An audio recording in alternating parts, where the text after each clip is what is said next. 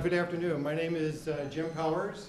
I am editor of Lake Forest and Lake Bluff Patch, one of the co-sponsors for today's Candidate Forum. I'd like to thank the League of Women Voters, Lake Bluff, Lake Forest area for inviting me to help co-sponsor this forum. This is a great opportunity for you as voters to get some first-hand information from the candidates, as well as ask questions and engage actively. I also wanted to let you know that on our website, which is at lakeforest.patch.com, we'll be running a live blog of this event, and it'll be available on the website to look at later in case you want to look at what the candidates said. So we're looking forward to a good afternoon, and I'd like to take this opportunity to introduce Jane Partridge, who is co-president of the League of Women Voters for Lake Forest, Lake Bluff. Thank you. Thank you, Jim. I'm Jane Partridge, co-president of the League of Women Voters, Lake Forest, Lake Bluff area. For those of you who may not know, the League of Women Voters is a national organization with over 800 local and state chapters. We are a political but nonpartisan organization. That means we do not endorse or support any candidate or political party. We try to educate voters and get them involved in the political process and government. That is the best way to make democracy work. And by the way, the League just celebrated its 92nd birthday. Membership in the League is open to both men and women. We have many activities throughout the year. If you are interested in government at any level, in public policy, or being engaged in the political process, please think about joining us. We would love to have you.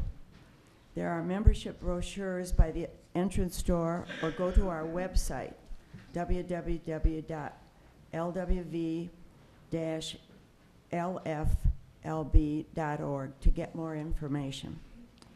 Also, if you would like to support the League work by making a donation,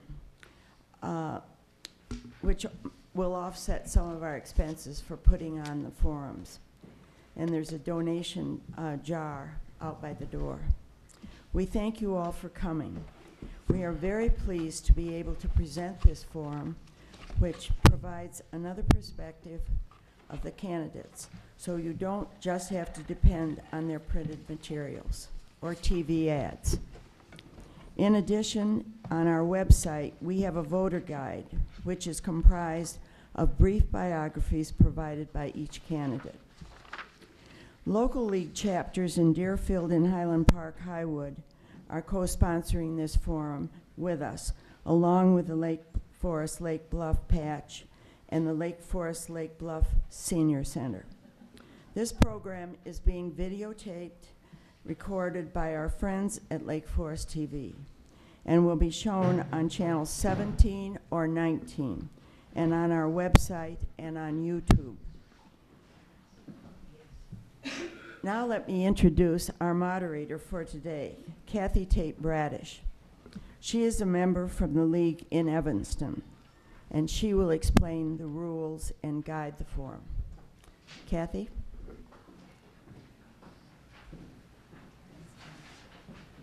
Thank you, Jane. Thank you, Jim. Thank you, Area Leagues of Women Voters and the Lake Bluff, Lake Forest Patch.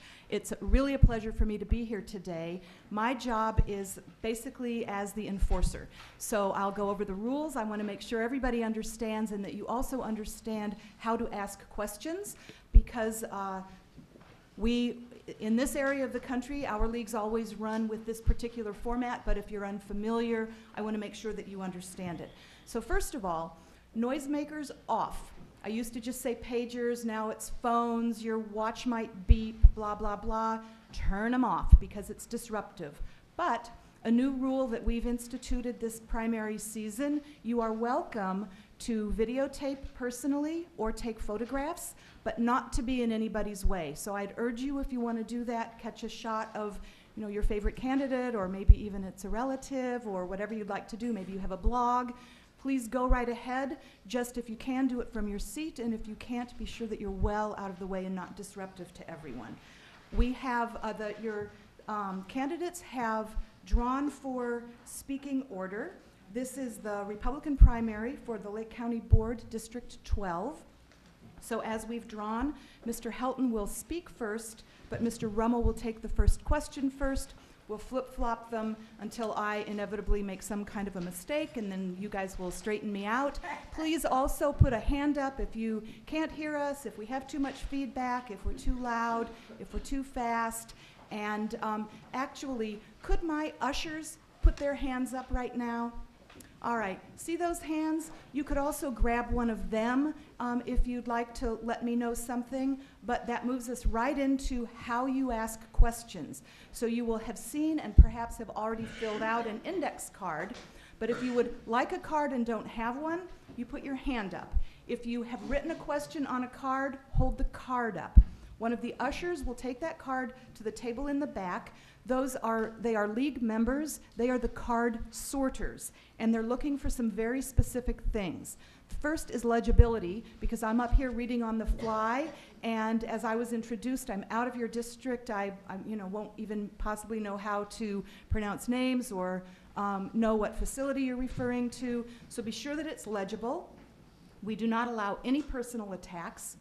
Be sure that it's at the appropriate level of government. So for example, as for today, we don't have even any statewide offices, never mind national offices. So International Monetary Fund or something like that.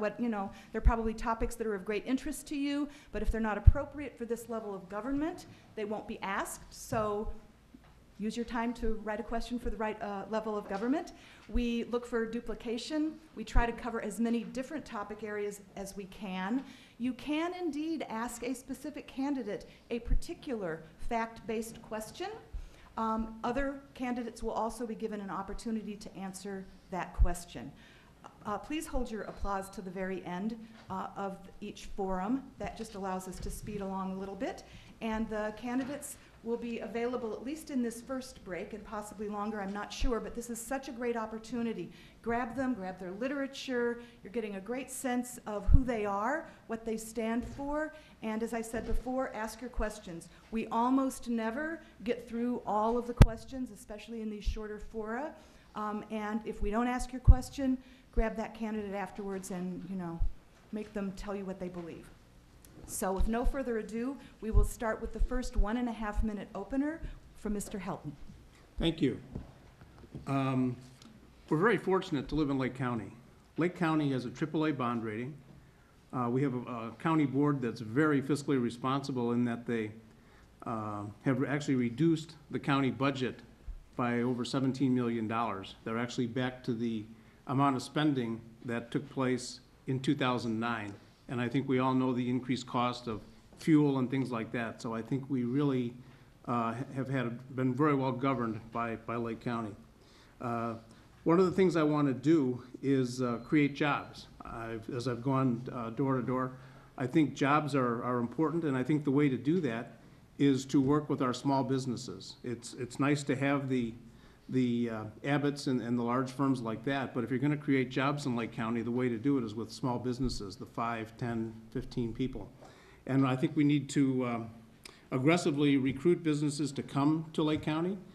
We have lower real estate taxes, we have a lower sales tax in Lake County, and I think we have a very good workforce ready for these businesses if they do come to Lake County. I want to work with the College of Lake County to make sure that we're providing training for people and young people for Lake County that's going to keep the job market good. To do that, I think that we need to start creating more jobs such as carpenter, electric, and things like that, so we can really be prepared for when somebody needs to do the work. My business is actually real estate tax assessment, and I hope to institute some changes to develop fair and equitable real estate tax assessments for everyone. And finally, I'd like to improve our traffic congestion. I think the Lake County passage has been wonderful, and I think we need to extend Route 53. So that's pretty much my agenda. Thank you. Thank you. Mr. Rummel. First, I want to thank the League for holding this forum. It's always great to be out to be able to talk to people. My name is Mike Rummel. I've lived in the community for 28 years and been an active volunteer in the community at all levels of government. I was on the school board at St. Mary's. I was coach. I also was president of Northwestern Club of Chicago. Currently on the Ragdale board in the Northeast Illinois Council of the Boy Scouts. I was an alderman in Lake Forest for 4 years. I was head of the finance committee for 3 years. I was also mayor of the town for 4 years and ran a $23 million budget. During that time that I was involved, we always had a AAA rating, and we always had a balanced budget and excess funds for every year, which were required by the State Reserve. I was co-chairman of the 100th celebration of Lake Forest Day.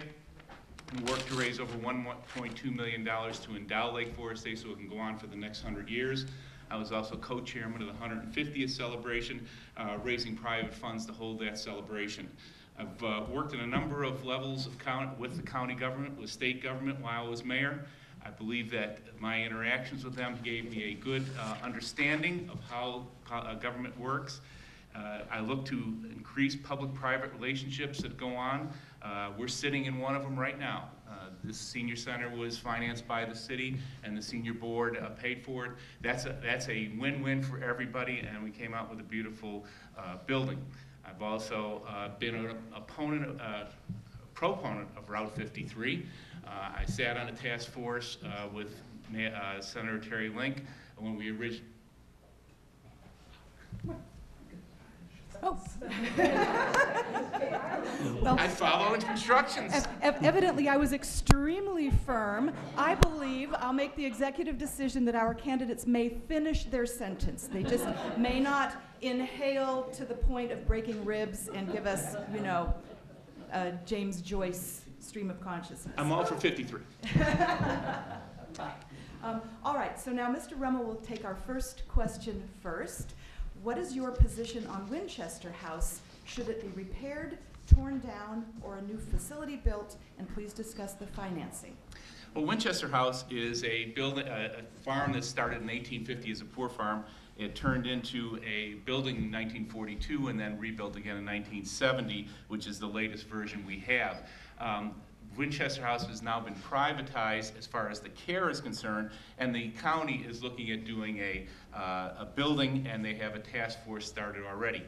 The interesting issue with Winchester House is that it's paid for 3 different ways. It's paid for by Medicare, Medicaid, by private contributions, and then by a tax levy that we all approved. That tax levy is not enough to keep the Winchester House going, so we have been taking out of our operating budget for the last few years to keep it going. So something has to be done with this building. I do believe that it needs to be rebuilt. I believe we need to offer this service to the community, but I think we need to look at private organizations as far as whether they wish to rebuild it. This is a business venture, and it has to make sense for private organization in order to make sense for the county. So I think that this is something that needs to be done. The service is still needed. Thank you. Mr. Helton, same question. Private care facilities such as Winchester House rarely do well when run by the government. I'm totally in favor of, or I actually suggested 6 years ago when I ran for the county board that Winchester House be turned over to the private sector for the day-to-day operations. The county board finally did that in October of last year, and the result of that was a $2 million savings to the taxpayers of Lake County. Winchester House, as Michael said, does have to be rebuilt. The design of the building and functionality of the building is not good, and it can't be improved. I think the private sector is the one, though, to rebuild it for us. We've had a very good relationship with the new operator, Winchester House, the private care facility, or private care company that's been running it for us. And I think we should take them a step further and get them more involved in the redevelopment. I think there's funding that they'll be able to get to actually put their dollar on the line to build that building and not use the $35 or $40 million of Lake County taxpayer dollars to rebuild it. But I think we need it. It's, we always have to have a safety net for people that don't have anything else to fall back on, and Winchester House is good. Thank you. Now, Mr. Helton will take the next question first. So it's always going to look to you like each person is answering two questions, and it's to make sure that everyone gets that bite at the apple first and the opportunity to also respond to their opponent. So here's your question. 13% of Lake County is illiterate. What can the county do about helping literacy volunteers of Lake County? What we need to do is, as I started out when I was giving my opening statement, I think there's a lot of people in Lake County that don't want to go to college, but they want to learn a trade. The 13% is kind of staggering when you really think about it, when you consider that we've got over 700,000 people in Lake County. I think we need to work with the high schools.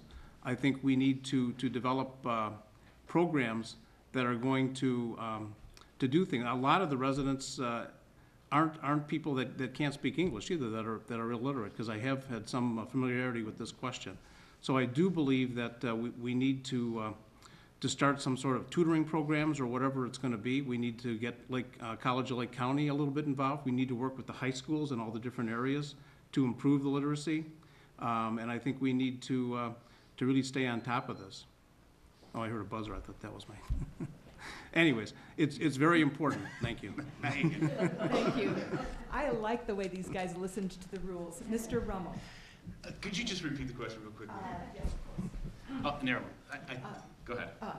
13% of Lake County is illiterate. What can the county do about helping literacy volunteers of Lake County? Who's got the beeper? Would you please turn that off, whoever it is? Yeah. Just for both of us, our sakes. Literacy in Lake County is an important issue, but we are not dealing with the government and on the county board. We do not have access to the college. But what we can do and what we can encourage is public-private relationships. There are two that are going on right now. The Northeast Illinois Council of the Boy Scouts are putting Boy Scouts into schools at lunchtime. They have lunch programs to get them on a program of finding out what's out there, finding out what's available. And Open Lands, Lake Forest Open Lands, also has a program where they are taking children and taking them up to facilities away from here to learn about nature. They're being mentored. We're reaching out. You need to have the private sector come in and help out and educate children and help them get a goal and a motivation going. And once we see that happening, even with the Boy Scouts, we have hired Latino speaking to work with them so that they can both together move these children forward. It comes with education and it comes with people helping. And so we need the help of the private sector in order to do that. Thank you. Mr. Rummel takes the next question first. Do you believe in cutting salaries and benefits for county board members as a cost-saving measure for Lake County? We can certainly cut county board members, but if you're looking at that, if you look at the totality of what we're getting paid, if we cut ourselves in half, we're going from $800,000 to $400,000. So does that really achieve any kind of maximum savings? There's plenty of other places to go to get savings. There are things that we could talk about in going ahead and being better units of local government. One of the things I'm proponing, we started something called NIPERG when we were here in Lake Forest, which is a Northern Illinois purchasing group. We purchase things together. There are all sorts of opportunities to purchase together to save costs. One of those opportunities, when we buy a new fire truck in a fire district, they're going out and financing it themselves. Why isn't the county offering their AAA bond rating and their lower rate? It's going to reduce your taxes, and it's also going to give people an opportunity to fund it. I bet you if we did that, that's going to save a lot more money than cutting Scott and our salaries in half. Thank you. Mr. Helton. The salaries, you know, I don't think a lot of people know a lot about county government to know exactly how much the job actually entails. It really is a lot of work. And I'm not standing up to say that the salary is not enough or anything like that. But the county board job is an awful lot of work. If the county board would take the position that they wanted to cut the salaries, I certainly would not be objecting to it, because one of my intentions with my salary is actually to try to start some sort of a group in the 12th district to actually help people. We have seniors that need help, and I would like to use some of the salary that I have to help the seniors, to help people that are a little down on their luck. As Michael said, I think that we need to do more buying together and bring units of local government more together to lower the cost of all of government, and to reduce the salaries by 50%. Really wouldn't amount to that big of a thing. There's other things I think we need to look at on the county board that we can do to reduce the salaries or reduce the budget. Thank you. I don't want to stop you, but something's still beeping over Okay. there. I just interrupted Scott. Yeah, And I'm we're sorry. getting Oh, it. it's the. I don't mean to interrupt your Yeah. problem. we're No, getting it. I'm glad you did. It's very disturbing to hear him and have him stop because of it. But did I just hear that it's when the door opens? Okay, so I wonder whether, so now that we know what it is, what we might do is try to ignore it for a bit, and if it's still too much, we might try to close those doors, but I'd rather, okay, never mind, executive decision has been taken by the ushers. We will close those doors, and maybe somebody will stand outside and make sure that people know that they're welcome to just come in. Okay.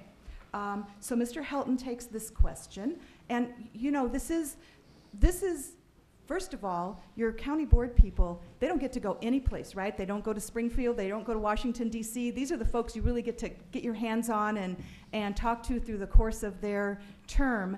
This is really a local level forum, and we're pretty informal here. We're polite, but we're pretty informal. So points of order are in fact always welcomed, just to be sure that you can hear, that there isn't some beeping, that you know, didn't hear a question being asked or something like that. And I might remind the candidates that I'm also, of course, always happy to repeat the question.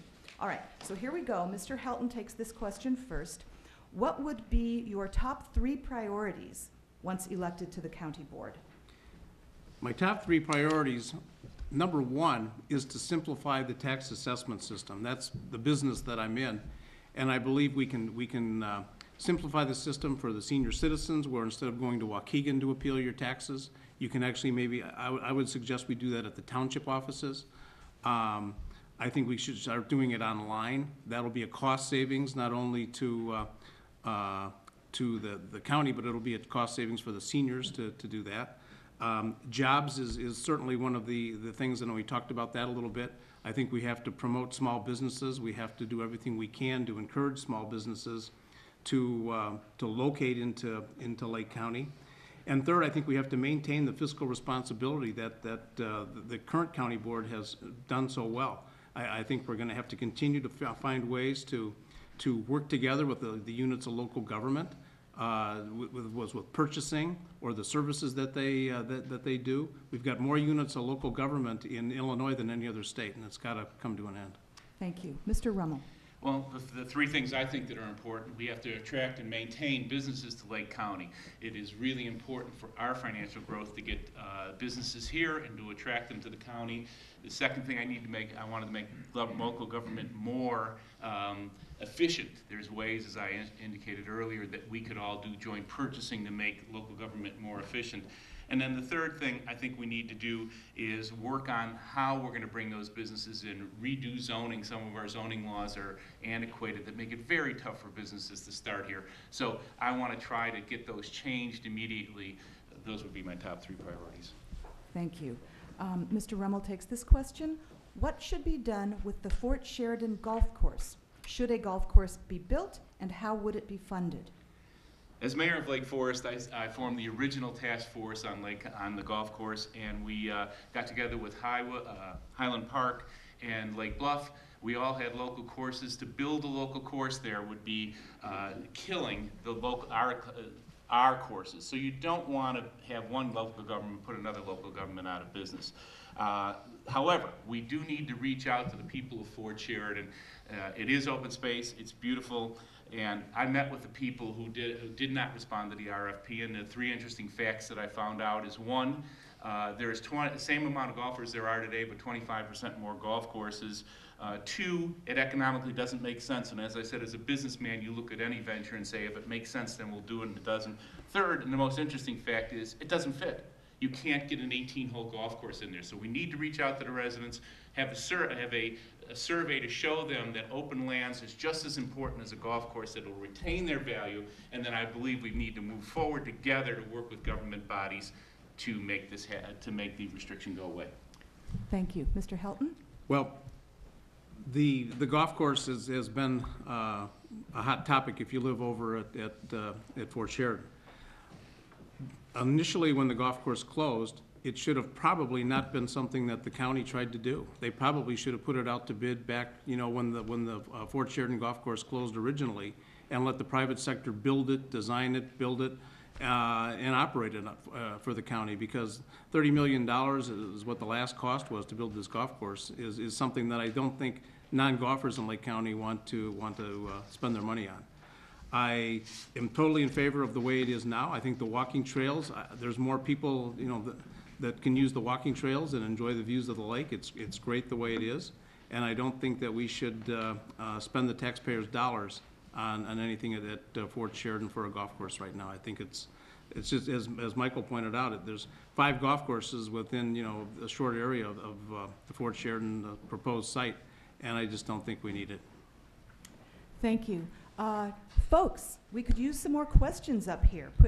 Think about it, write a question, put up your hand with your card finished. It'll go back to the card sorters. I've got a couple more, but we want to hear from you. So Mr. Helton takes this next question first. What should be done about Route 53? Should it be extended, and how would it be funded? Route 53 should be extended. The current talk about funding for it is as a tollway. I'm not sure, because I haven't been on the inside with the design and the funding of Fort Sheridan of 53, but it should be built. It's going to take a lot of the traffic off of Route 41, which affects us. It's going to create the center corridor of Lake County with, by having the tollway. Businesses are going to want to locate near the center of the county, which I think is going to create jobs. So that's a very big plus for extending Route 53. The funding of the 53, right now, it's probably going to fall a lot on Lake County to fund that Route 53 extension, because the state doesn't seem to want to pay their bills. And I think when they're 6 or 8 months behind on paying bills, if we're going to rely on the state to fund Route 53 or be a partner with us in that, I think we're going to have problems. And I think it's going to fall on the shoulders of Lake County. Thank you. Mr. Rummel. Route 53 is of paramount importance to Lake County. This whole idea started in the 60s. Terry Link, about 8 years ago, had a commission put together. He wanted to build 41 and 43 into both in 41 and the tollway into 6-lane or 8-lane highways. I was personally on that committee and fought against it, saying we don't need a tollway 1 mile from another tollway. What we needed to do was build a road out of 53. If you look at traffic patterns as we looked at back then, when traffic comes out of Indiana, if you can route it around all of Lake County and take it out west, then you're going to create enterprise zones out there. You're going to be more fuel efficient for for truck traffic. You're going to take truck traffic off of the tollway and off of 41, and you're also going to relieve east-west congestion, because people who are taking the tollway and then going west to deliver services are now going to be able to go out west and deliver their services more efficiently. It's going to create an enterprise zone, which will be good for Lake County. So 53 is a must, and one of the first things where I'm going to be working on is how we can move forward on 53. Okay, Mr. Rummel takes this next question first. I just read them, folks. Since both candidates claim to be Republican, can you both tell me what you have done in the past 3 years that convinces me? Wow. Well, okay, that's an interesting question. We haven't had that one yet, have we, Mike? What have I done to convince you that I'm a Republican? I supported Lauren Torelli in the last race. I supported a number of Republican candidates as we've gone along. I'm born and raised in the city of Chicago. My grandfather, my uncle, was a Democrat. My father was a Republican. They were here in the Depression. They decided to split up, and one had to be one and one had to be the other. My father was a Republican committeeman in the city of Chicago. Not a popular job. I've been born and raised a Republican, and been a Republican all my life, so I don't know how else I can answer that question, but I've supported Republican candidates as we've gone along. Thank you. Mr. Helton. I'm a Republican committeeman in Moraine Township, and I've been so for the last 8 years. I've worked for every Republican candidate that's come along, whether it be Mark Kirk, Lauren Torelli. I was one of the first ones to jump on the Bob Dole bandwagon when he replaced Mark Kirk as ran for Congress from the 10th District. I've contributed to all the Republican candidates that I can think of that have run in office, and as I said, I've carried their literature. I've been up at 5 o'clock in the morning putting their signs up in front of the polling places, and I've walked my precincts and I've walked other precincts. So I don't think there's any question about my background as a Republican here in Lake County. I'm very proud of the candidates that we've elected. I think that the candidates we've elected to go fight with what's going on in Springfield have been putting up an uphill battle, but I'm very proud, and I think Lauren Torelli's one that's probably going to, or Lauren Torelli and Mark Norhoff are two that are going to really put up a good fight for us down in Springfield, along with Ari Freeman. So I'm proud of my background. Thank you. Now, I've got 3 questions on unincorporated areas. I'm just going to read that they're very similar to each other, so I'm just going to put all 3 of them on the table, and I think that there will be one answer. So how can you best serve the unincorporated areas you would represent? Since the roads in the unincorporated areas of the district are underfunded, what could you do at the county level to enhance funding for township roads? And some of the unincorporated areas of Lake County are densely populated and others are farmland. How could you effectively serve both? Mr. Helton. In a minute? In a minute. Okay. Well, the roads in Lake County. I think it's me. I'm sorry. I'm sorry, yes, Please. Mr. Helton takes that first. Well, the 12th district has 2 areas of unincorporated areas. One is Knollwood, which we're all familiar with. It's over by Lake Bluff. The other one is Delmar Woods down by Deerfield. The roads in Knollwood, if anybody has been there, are in very poor condition. The problem with the roads really is the drainage. The drainage is very bad. The Department of Community and Economic Opportunity actually has a funding to do an engineering study for the areas to improve the roads.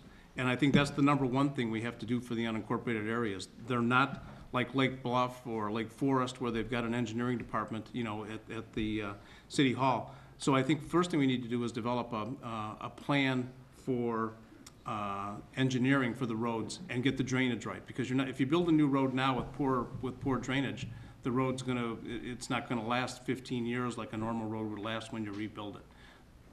Thank you. Mr. Rummel? Scott has pointed out the 2 areas in our district that are important, but there's other areas that are important as well.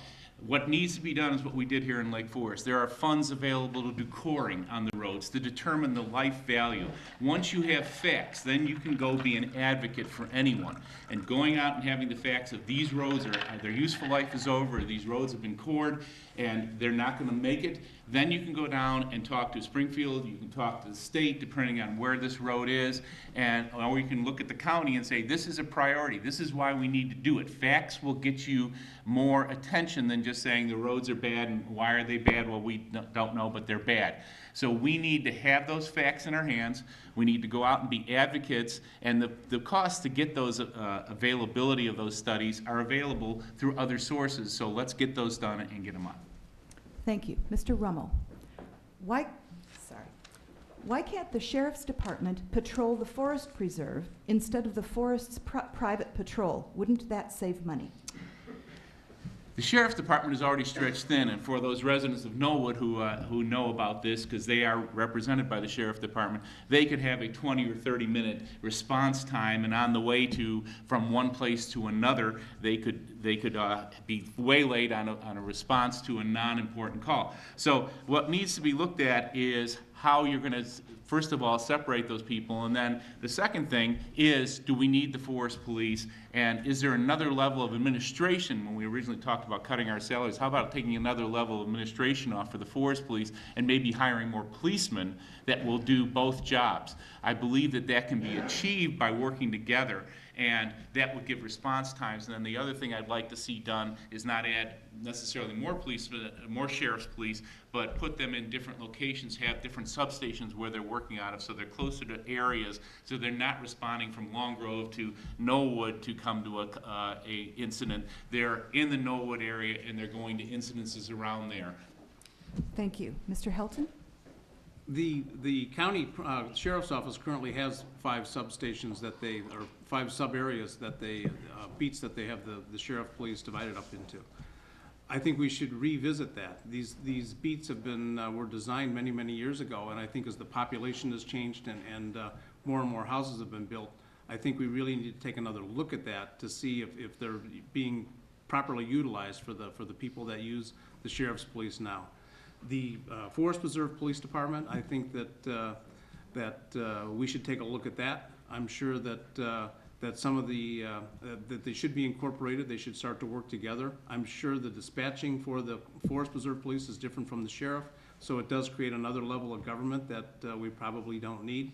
And I think that there's probably plenty of Forest Preserve Police that might be off-duty policemen or whatever. But let's see if we can get the police service and the sheriff's service for the people in the unincorporated areas as much improved as we possibly can, because 30 seconds is too long, or 30 minutes is too long to wait for the cars to come from Long Grove. Thank you. Mr. Helton, remember that not all people have computers, and many seniors do not. How would you address this? Well, one of the things that I intend on doing as the county commissioner is make myself very available to all the residents of the district, but especially the unincorporated areas and the older and our senior residents. I intend on having mailers that I'll probably pay for out of my own salary to make sure that everybody knows what's going on.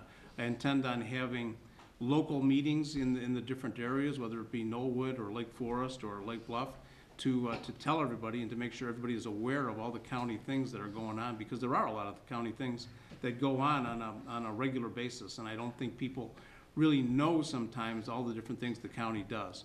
So it's my intention to get out and meet people, to go to the neighborhoods and talk to them about what's going on with the county, and actually send them information. I also intend on having a cell phone with my number on, so anybody can reach me anytime they want if they have a county issue that they want to talk about.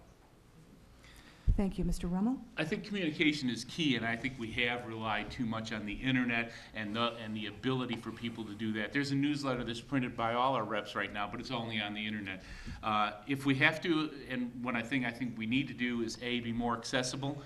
Certainly, I know as mayor of Lake Forest, I tried to be as accessible as I could to every resident, answered any letter and email. As a matter of fact, yesterday I saw somebody who was thankful about me answering his son's letter by writing him back a letter. But I think that's what you have to do, and I think once every 6 months, you can't do this all the time. You need to be sending out that newsletter to let people know what's going on, so they not only get the written word, but it is available. There's also Channel 17, which is the local channel. You could be advertising what's going on or informing people what's going on so that they are aware of the issues, they know what's happening. There are more ways to get to people than just an electronic computer, and I intend to use all of those ways to get to you. Thank you. Mr. Rummel, I have a couple of follow-up questions here about Fort Sheridan and the golf course, so I'm going to read those two together, and this time, Mr. Rummel, it will be your turn first to try to incorporate an answer to several questions. The Army let the Fort Sheridan golf course to the county for $1 with the provision that the golf course be maintained. So what are the legal ramifications of that if no golf course is built? And, this is a bit shorter, I think, if you're both opposed to a golf course at Fort Sheridan, what's your position on the county managing other courses like Thunderhawk? Should they be privatized? First of all, the Fort Sheridan issue, I agree that it was given to the county for $1, but Mayor Butler was on that commission, and I've been talking to him about this, and he said there was a plan B always within the provision, and that plan B was open space and playfields, and somehow in the final document that got removed. And I think that's important, that there was another alternative, that they didn't just say it was a golf course. Now, the golf course was the final, and as I said when we talked about the golf course, we need to go to those residents of Fort Sheridan. We need to reach out to them. No one wants to hear no. We need to reach out to them, show them that open space is just as valuable as building the golf course, and then maybe together we can all march forward to Washington and get this changed. So I think that's the important part of it. The second part of that question was? So since you're opposed to the golf course at Fort Sheridan, what's your position on the county managing other courses like Thunderhawk? I think we need to look at privatization of services like Thunderhawk and see whether they would be better off. I can't give you a definite answer because I haven't looked at privatization, but it's certainly worth looking at. Thank you. Mr. Helton? I think that the Fort Sheridan golf course right now, I think that the current use is the best use. I realize there's a deed restriction. I was on the redevelopment committee in Glenview when I actually lived in Glenview when they closed the Naval Air Station in Glenview. We had the same deed restriction. We built a golf course in Glenview. We didn't do it in Lake Forest or up here at Fort Sheridan. I think the deed restriction, that's one of the first things I think we have to look at as county board members, is to remove the deed restriction. I think we have to talk to the residents that live over at Fort Sheridan and explain to them why we're not gonna build the golf course.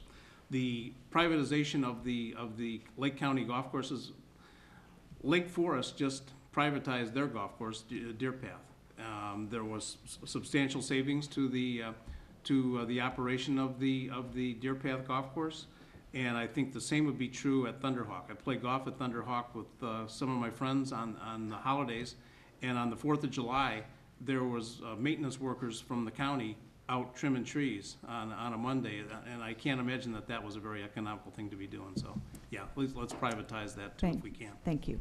Mr. Helton, can you say a few words regarding a county board member's responsibility to his or her district contrasted with his or her responsibility to Lake County as a whole? Sure.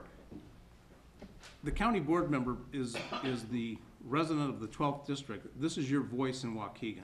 And this is somebody that you have to make known what you think the county board should be doing, and take your desires and your wants and the things to the county. And it's just not the unincorporated areas. I mean, we run a court system, we've got the sheriff's police. There's an awful lot of other things that the county does. I mean, with the highways and things like that. So, first of all, the operation of the county, you've got to provide a strong voice for all the residents. But you also have to do things for the whole county. For example, the Winchester House, to turn that over to the private sector. That doesn't just make sense, even though the 12th district is the highest taxpayer in the county. That's not the only reason to do that. It's going to benefit all the residents of Lake County if it's turned over to the private sector to save our tax dollars. So I think you owe it as a moral obligation to do what's best for the county at all times. Thank you. Mr. Rummel. As an alderman and a mayor, I often weighed that value of what you do in a certain area versus the whole city. It is important to be an advocate for your constituents. You need to be in touch with them, you need to be actively involved and find out what they're thinking. Once you know what you're thinking, you can represent that to the county board. As Scott said, it's a two-edged sword though. You do have to look at what's best for the county. So sometimes what you're representing for your local area may not be the best overall for the county, but you need to be in touch with your citizens to let them know why you're thinking what you're thinking and then how you're going to vote. We've had several votes recently that have been not in the best interest of our community, but maybe in the best interest of the county, and those are important votes to support people on, because you need to be the judge of trying to get between people and be an advocate, a loud, long advocate for your community. Thank you. Mr. Rummel. Should the county approve more Lake Michigan water withdrawals by western Lake County towns? Why or why not? Well, water is being a person who's very near and dear to open lands and to environmental issues. Water is an issue that is a paramount issue to all of us, because Lake Michigan is one of the natural resources. We need to look at usage of that water and how we're using it. In Lake Forest, we looked at the usage of the water because we were taking out over 13 million gallons a day, and by being more efficient in our use of that water, we could take out less water. This is a national resource that is not going to be replenished very quickly. So we need to be careful about it. People do need water. Water is important to a community to make it grow and make it go forward. So we need to look at allocations and see if they're in the best interest. But again, how we use it and being efficient in using it is the most important thing. If we optimize our use, then we can have more water available for other people. Thank you. Mr. Helton? I was actually, when I was on the village board in Glenview, we actually did buy 2 well water systems and then provide them with Lake Michigan water, so I am somewhat familiar with the process you have to go through. As we're talking about 53, you know, extending 53 and trying to create more development out to the west, we can't be blindfolded and say, well, we can't take more water out of Lake Michigan if we're encouraging development out to the west. So I think we have to be very careful with what we do with Lake Michigan and the natural resource. I think we have to make sure that whatever we're doing, use the most modern type of pumping facilities, which is what happened in Lake Forest. They built a new water pumping facility, which did optimize the use of the Lake Michigan water that we have in Lake Forest.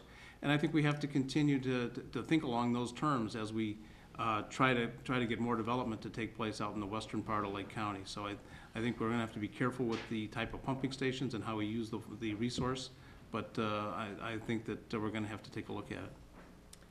Thank you.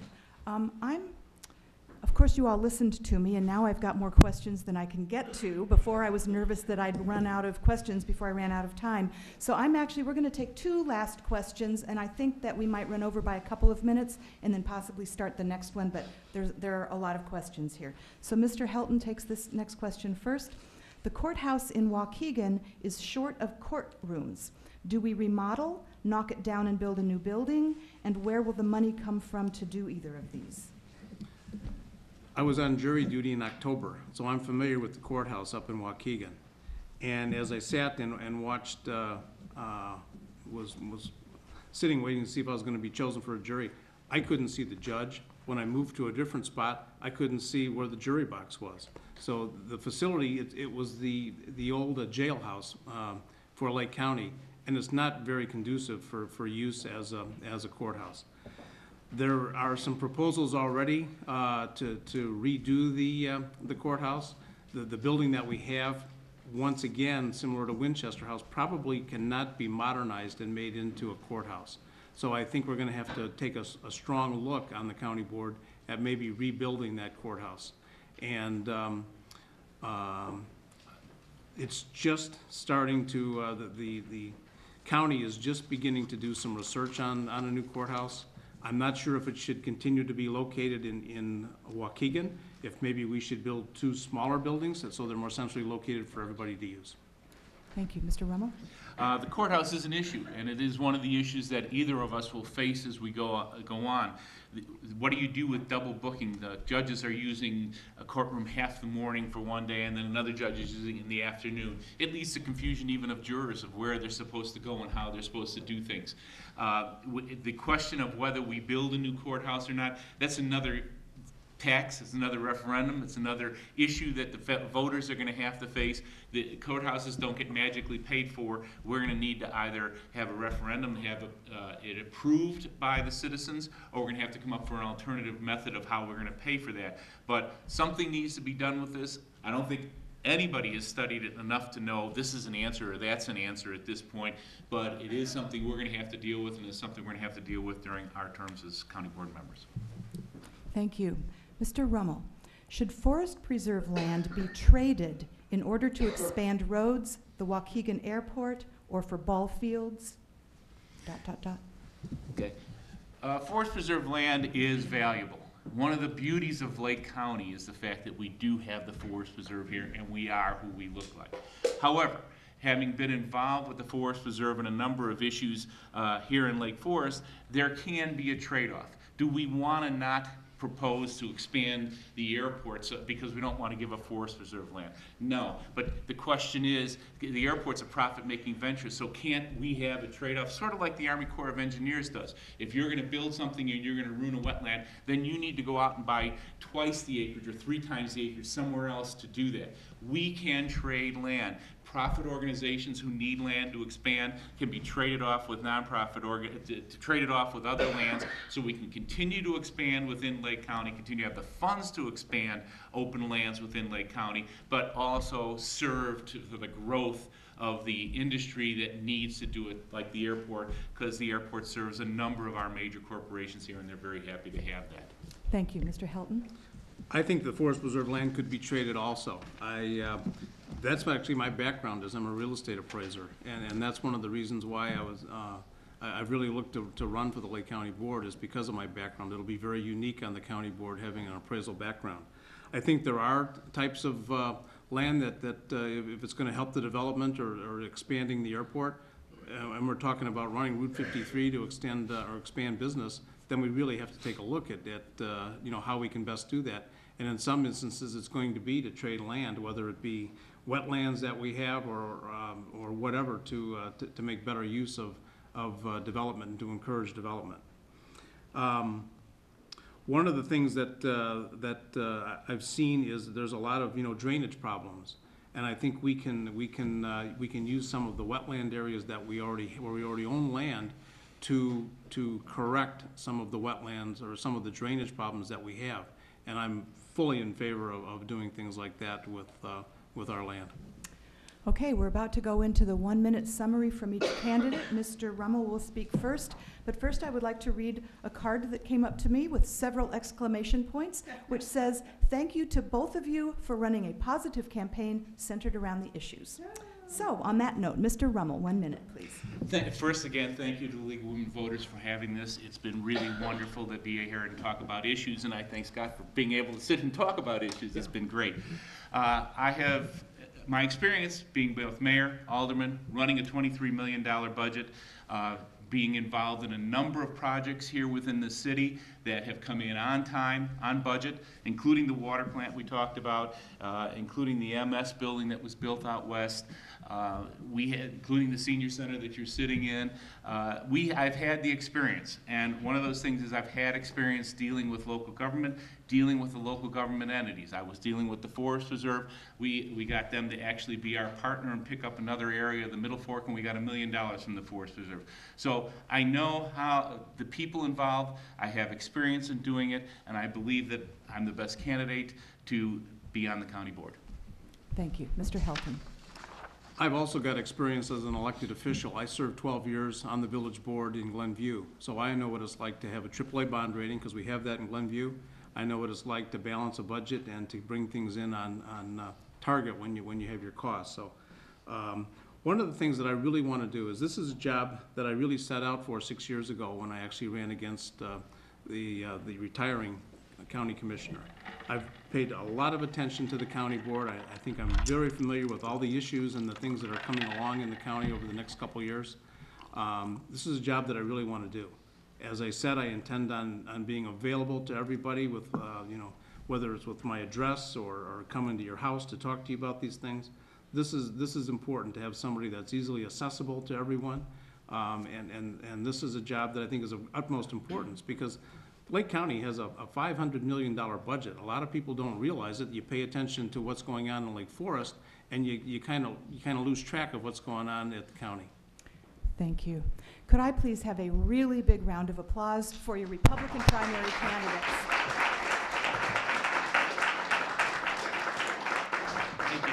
All right, we're going to try to meet back in here in 5 minutes. Restrooms are down the hall. Campaign literature is out there, and I would love to see Mr. Brin and Mr. Dietz. We'd love to see him too. Of course, we've seen some.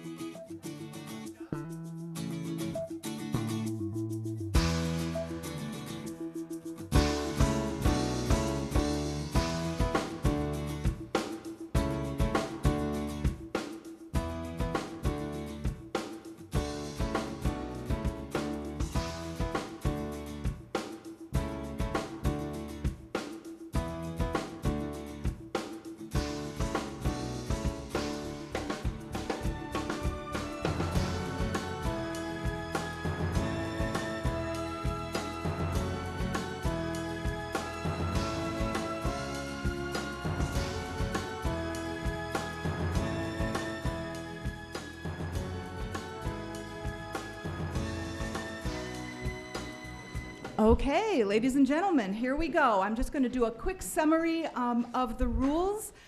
You turn off the noisemakers. Then, if you haven't been here for a previous event, put your hand up. You'll get an index card. Write your question. Put the card up. Someone will take it. They'll review it for appropriate level of government, no personal attacks, legibility, duplication, and we will get through as many as we possibly can. So you are here at your Republican primary for Lake County Circuit Court Clerk. The candidates have drawn for speaking order. Mr. Dietz will open, Mr. Brin will speak second, and then that means that Mr. Brin will take the first question first. Here we go, a minute and a half. Mr. Dietz. Good afternoon, everybody. Thank you for having me here. I just want to tell you a little bit about myself. First of all, my name is Jerry Dietz. I'm running for clerk of the Circuit Court. A little bit about why I wanted to run for the clerk's office in the first place. But anyways, about myself, I am a practicing attorney. I'm also a volunteer firefighter paramedic in Round Lake. I've been on since 1990. I've served as the chairman of the Lake County Community Development Commission. I was on the commission for about 15 years. Spent most of my time there as either the chairman or the vice chairman. President of the Round Lake Beach Civic and Cultural Center Foundation. But more importantly, like I said, I am a practicing attorney. I specialize in representing the government. I represent several small fire districts. I represent some large fire districts. I represent the Village of Beach Park. What caught my attention to the clerk's office is that as a prosecutor, because I also do municipal prosecution, I was in the clerk's office in the courtrooms day in, day out, and I saw that the technology was lacking, and not just lacking, but there pretty much is no technology in our clerk's office. Just to give you an example, like you can't do any searches online for any sort of case information. You can't pay any traffic tickets online. And as I got into it more, I started seeing bigger problems with the office, much, much bigger problems that caused me to question whether there's any transparency at all in the clerk's office. Multi-million-dollar no-bid contracts, shell games with budget figures. So I'm here to say no more business as usual, and I hope that you vote for me.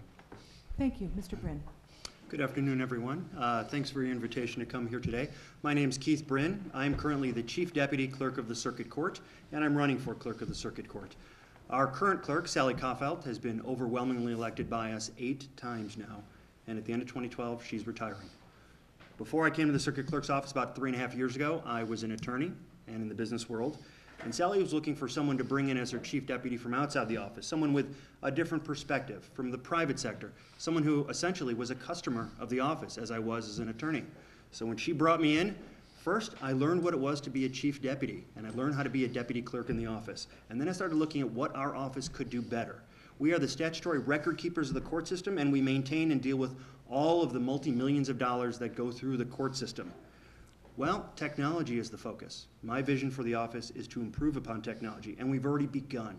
We've actually designed and we're beginning to implement what is being heralded as one of the profiled electronic filing systems for not only a solution in Lake County, in Illinois, but as a solution for courtrooms across the country. But as a Republican, we've also made sure that it's being done, designed, and implemented at no additional taxpayer dollars used. Not a single tax dollar was used. We're also a very cost-effective office. We bring in millions of dollars more in revenue for the operation of the office than we use for the operation. And we turn all of it over to the county board in an effort to make sure that we are absolutely transparent in what we do, and we ask for it back. I look forward to answering your questions here today. Thank you. Mr. Bryn takes this first question first. What experience do you both have with running a large staff? Are these union jobs? What union negotiations have you participated in? Well, I can't account for my opponent's experience per your question, but for my own, outside of practicing in large law firms and in the business world, helping small and medium-sized businesses turn around their operations, I'm now the chief deputy of this office. We have almost 150 people in the office, and I do all of the management, strategic management, and administration in the office now, as I have been doing for the last 3.5 years. I can hit the ground running. Now, as to the union question, because there actually are some ongoing union issues in the office, and we have a bargaining unit, although we do not have a union contract, that's not something to which I can address. Obviously, it has some implications as I'm part of the management unit to real-life conversation that is going on in the courts. But at the same time, right now, I'm doing everything that I will be doing on December 1st when sworn in as your circuit clerk that I've been doing for the last 3.5 years. Thank you. Mr. Dietz. I've spent about 8 years as an attorney with a law firm called Ansel Glink. They specialize in all municipal law. One of the biggest areas of our practice was union negotiation, collective bargaining, also human resources. I also manage governmental agencies that have multi-million-dollar budgets. I have been the chairman of Lake County Community Development Commission for 15 years and a lieutenant on the Round Lake Fire Department who also does union negotiations. Thank you. Mr. Dietz takes this next question first. Can you explain the difference between fees and taxes and how each funds the clerk's office? I can. First of all, the clerk, by statute, takes in a certain number of fees from different areas of the statute. And that's all fees collected just as if you were to register your car or to get your title for your license.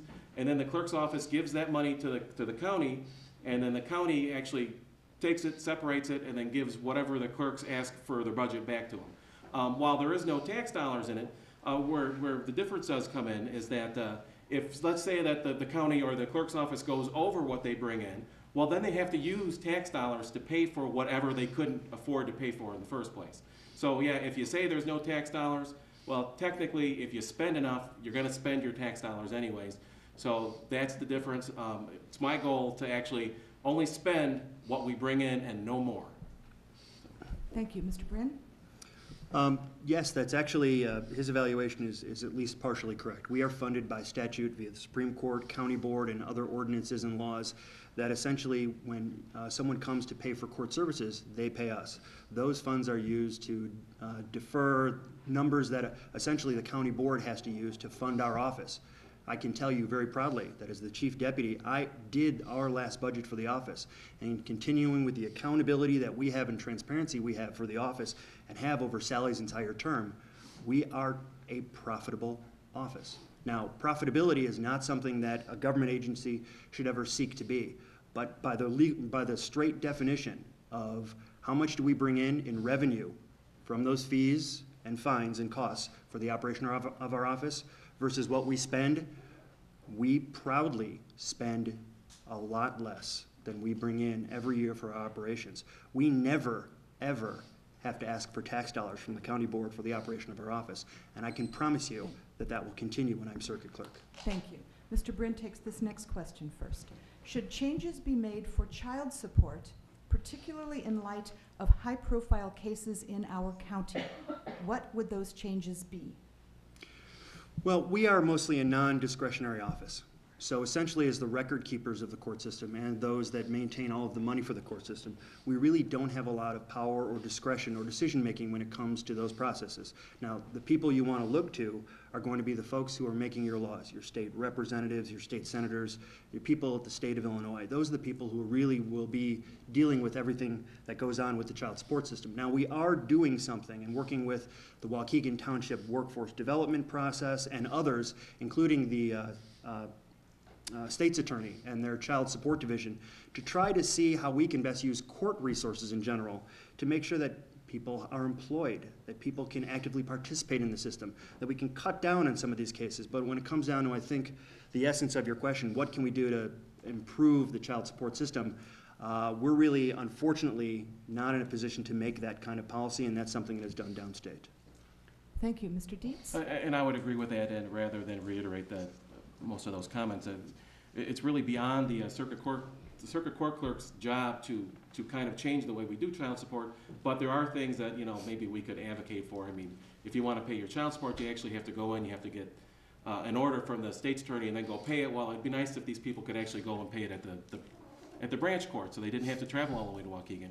But again, that's all beyond the clerk's office, so I'll leave it at that. Thank you. Mr. Dietz? What 3 changes would you propose to improve the operation of the Office of the Clerk of the Circuit Court? Well, first of all, I'd change accuracy and transparency. I would change technology. I mean, technology is a huge thing to talk about, and customer service. As far as accuracy and transparency, you know, I talked about the multi-million-dollar no-bid contract, but what I didn't tell you is that, you know, they've spent $1.7 million of that, and they haven't got approval from the courts yet. So there's a chance that they will never get approval from the courts on that. And also, we talked about the budget. They run at what we've estimated about a $300,000 deficit from the money that's statutorily theirs compared to what they spend. It looks like they spend more if you look at it, but it's really a shell game on paper, and they operate at a deficit right now. And technology, you know, I opened up with my technology statements. We really need to build our technology base. There is no technology. We have to do everything from document imaging to online filing. We have to kind of completely overhaul the system and not just piecemeal it together. Thank you. Mr. Bryn? Technology is my focus. It's something that we're doing now, but something I'm going to push forward even harder as the circuit clerk. Right now, we've developed technologies not only internally and solve problems that were endemic to the court systems across Illinois. We are leading the way, and they are coming to us now across Illinois to see how we solved our problems. Again, using not a single taxpayer dollar to do so.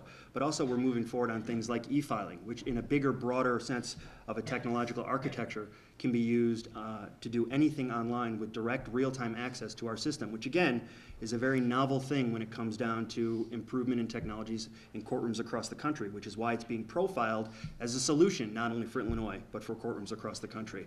But to address something, we are a cost-effective office. We are a profitable office. And in fact, with our budget, only someone, I think, with a fundamental misunderstanding of the ability to read that budget and to see the finances, which are put out publicly and approved as everything we do on appropriations by our county board in open hearings, you can see we are a profitable office. Thank you. Mr. Bryn, why does someone have to travel all the way to downtown Waukegan to get copies of court documents? At this point, because just like with our electronic filing project, we're awaiting approval. That would be part and parcel of that technological architecture. My goal and my vision is so that you, as a participant in the court system, will be able to do everything you can at the office, at the court system, from any computer that is internet access, without any special software and without any additional cost to you. At this point, since we're not approved, the actual physical file is down at the office. And so the only way to get a physical copy of something that is in that file is to go where the file is. And we don't keep multiple copies of every file. That would completely inundate us with paper. So at this point, depending on where that file is, and generally Waukegan as our hub is where most of the files are, you would have to go down there to get a copy of that physically. Mr. Dietz? Yeah, actually, I don't know why they haven't done this stuff yet, and I don't know why they're not approved, because back in January of last year, the chief judge had indicated through the courts that they needed to do an independent evaluation first before they went and did anything. But they haven't done that yet, and that was over a year ago. I mean, we need to do this now. I mean, we are so behind the times. If you compare us to, say, McHenry County, it's like night and day, and you don't have to take my word for it. All you have to do is go online and search the internet and check out all the counties around us. We are by far the worst technology-wise clerk's office in the county. Mr. Dietz takes this next question first. What methods and/or safeguards do you have in place, or would you put in place to monitor employee activity for illegal or inappropriate conduct? Well, the first thing we have to do is we have to, and I don't know what safeguards they have in place, but we have to do something with getting rid of crims and actually getting a modern system in there so that we can track this stuff without paying a consultant company to come in and change things, because it costs literally thousands and thousands of dollars for them to come in and make changes to the system.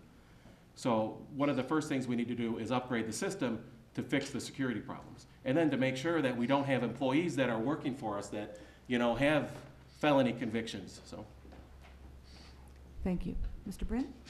We actually have a rather sophisticated system in place currently. Our current case management system and IT department actually has set up various levels of security. In addition to at the very base level, between Sally and I, we review personally every single person who applies and interviews for a position in the office and do extensive background checks and drug screens and the rest. Right now we have different security levels. Outside of the fact that everyone hired in our office has to take an oath, sworn as a deputy clerk, to do exactly what they're supposed to do and uphold the law and make sure that they're not doing anything, we can actually monitor what goes on in our office and access to our systems. And in fact, at most, what can be said is that we've been overly cautious with security to make sure that security is a primary focus, because once you lose security and track of court records, they're out of the box. You can't get that stuff back. So we're making sure that we take every step to make sure that while the system is working well and we want to move forward with technology, that we're doing so at the most safe and secure pace. Thank you. As often happens when someone is already in an office that is being run for, they'll have a question aimed particularly at them and the work they've done, but we always give both of the candidates an opportunity to answer. So Mr. Bryn will take this question, but Mr. Dietz can also respond. If your office is profitable, why can't you reduce the filing costs? What are you doing with the profits? That's actually an excellent question. And in fact, as a Republican, my philosophy is that government's goal is not to be profitable. It's to be cost effective, but not to be profitable. The fact is, the reason we're profitable is actually a good thing. It's because we're spending much less than we take in statutorily for our fines and fees, but everything we take in is non-discretionary. Those are set by the county board, they're set downstate, they're set by the Illinois Supreme Court. We have to take in what they tell us to take in. Now, how we are accountable for that is that we turn over every dollar, whether we're required to or not by law, to the county board, and we ask for it back. And we tell the county board why we're doing it, and they vote on it in appropriations, so that you can see an open session, so that they can see an open session, and that we can be accountable and transparent for everything we do. We spend much, much less for the operation of the office than we take in. However, I have personally advocated as a Republican for our state senators and our state representatives, maybe they do want to consider lowering the burden on people using the court system and lower those fines and fees. Thank you. Mr. Dietz.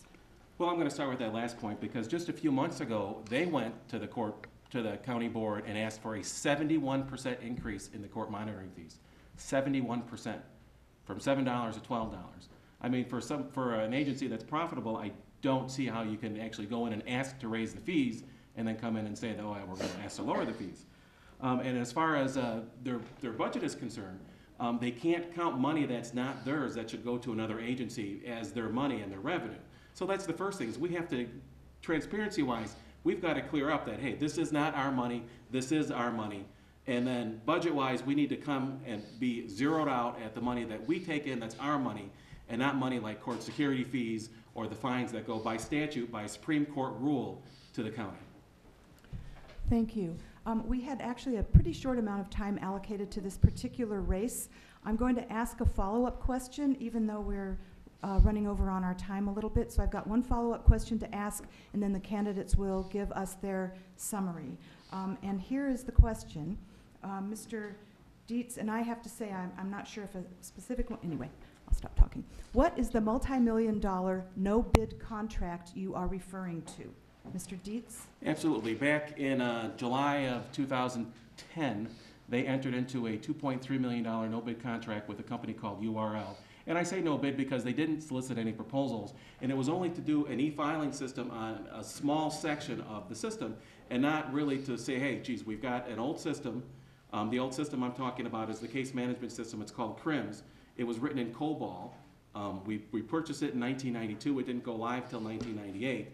COBOL, as you guys may or may not be aware, is a very old system. It's like DOS, and it looks like DOS, it acts like DOS. You can't even attach the new systems onto it. You have to use another system called CoFusion. So why did they go and get this multi-million-dollar contract without getting any bids for it, instead of going out and saying, hey, what if we replace the whole system? What if we do this right? What can you do for us then? So that's why the no-bid system is, the no-bid contract is important for us to talk about, because not only was there no bids, but they should have done it the right way. Thank you. Mr. Brin. Actually, this was done the right way. And several years back, this goes back even before I came to the office, the initial technological upgrades were open bidded, and the winner of that contract was URL Technologies. And we worked with them for many years. And what we wanted to do was take the same architecture and upgrades that they were doing on the criminal side of things, which were working very, very well, and apply the technology to the civil side of things. So we took that contract to the sole source committee at the county board, where for things like this and set up for this to avoid the problems and inefficiencies of a no bid of an open bid contract. If you know what agency you want to work with and you want to continue, you take it there. And we did it in open hearings, and we took it there. It was $2.3 million, and that architecture applies to every court case type that we are working on. It's the overall architecture for the entire project. Now, the Supreme Court wants us to roll it out one by one, and we're happy to follow along, although my impatience wants me to roll it out for a whole bunch more going forward. However, this was done the appropriate way and approved by the county board. Thank you. All right, we have our summaries now. Because of the reverse speaking order, Mr. Brin will give us his 1-minute summary first. As the Chief Deputy of the Clerk of the Circuit Court, I look forward to taking the position as your Clerk of the Circuit Court to continue the vision of improving technology in the office. Coming from the business world and coming from the customer side of things in the office, I want to see technology flourish in the office. I'm very comfortable with it. I think it's time that we move forward. We have an excellent foundation in the office. It's time to take that next generation and move it forward so that you as the taxpayer and the user of the court system, at no cost to you, can do exactly what you can do in the office from any computer you have. Now, you've heard us this afternoon, and others have heard us as well. I've received the overwhelming endorsements from the community, from Wakanda Township, Libertyville Township, and Cuba Township Republicans. They're all of the Republican townships that do the endorsement. And in fact, I've gotten not only from Sheriff Curran and Willard Helander and so many, many others that I'm proud of, but recently the Daily Herald has also endorsed me. I look forward to working with you on this election and working with you as your clerk of the circuit court. Thank you. Mr. Dietz. I'm just here to say, you know, I'm not a politician. No more business as usual. You know, we have to clean house.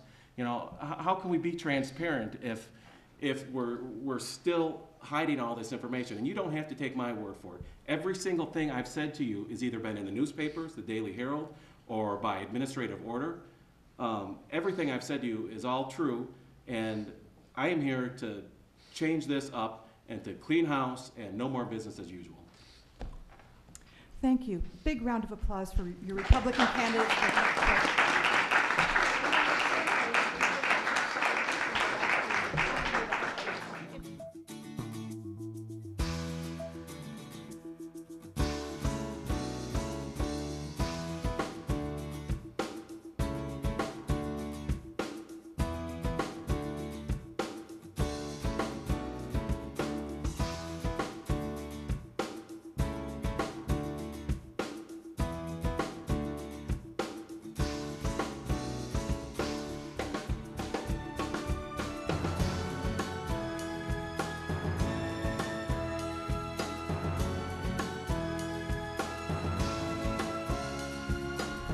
Okay, here we go. I don't see a lot of new faces. So this is a mixed primary forum for Lake County Coroner. It is both Democrats and Republicans.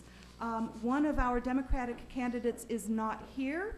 We have assigned him speaking slot number 4. If he arrives, he'll just join in. Normally, we don't do what's called an empty seat debate. If there's only one person in a forum, if their opponent doesn't show up, they're given their 2 minutes but don't participate in the debate. But because this was set up as a multi-party primary, we're going to go ahead and have Mr. Yancey, our only Democrat at the moment, join.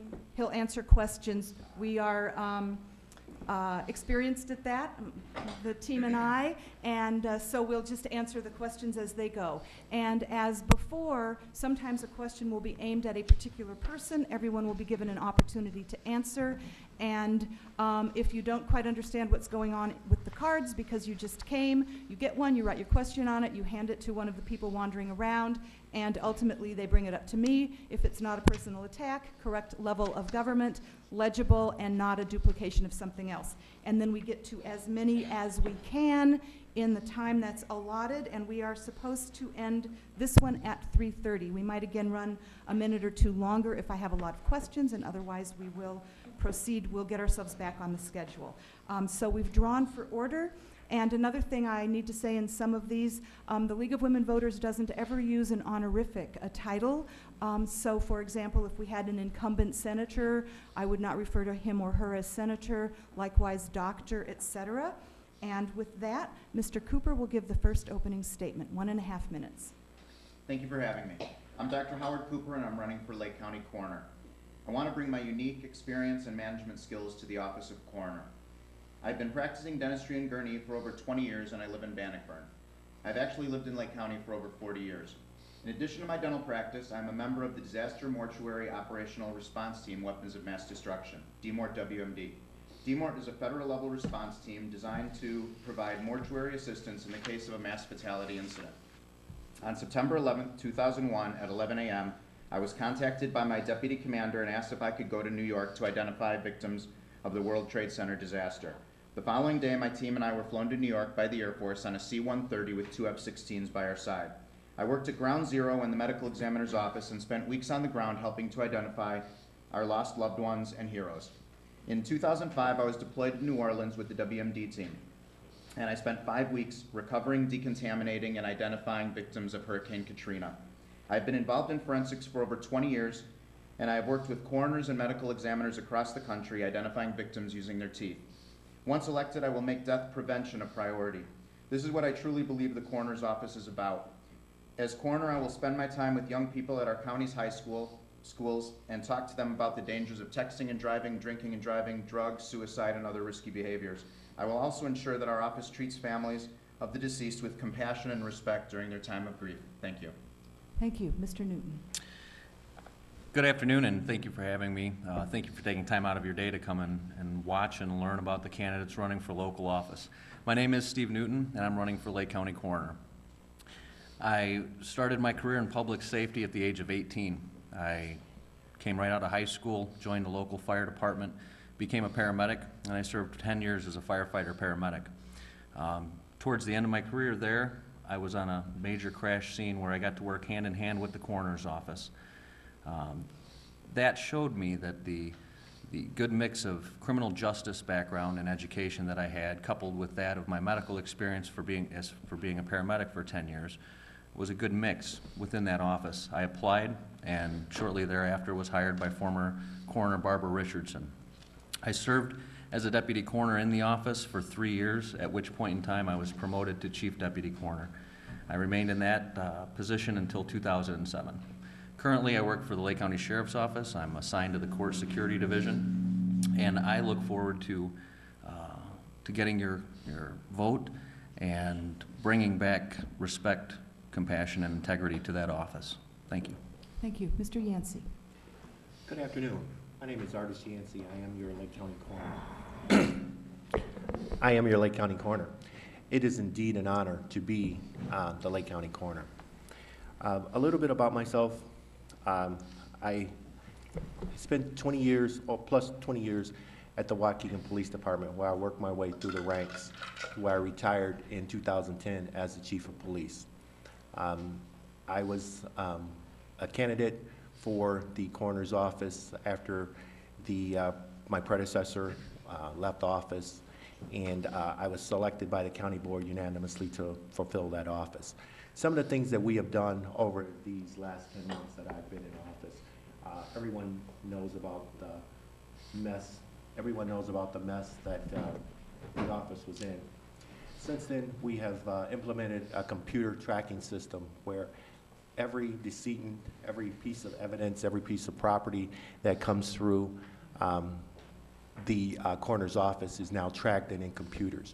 We have reconciled tissue samples that were basically in bankers' boxes in the basement. We have put those into the computer.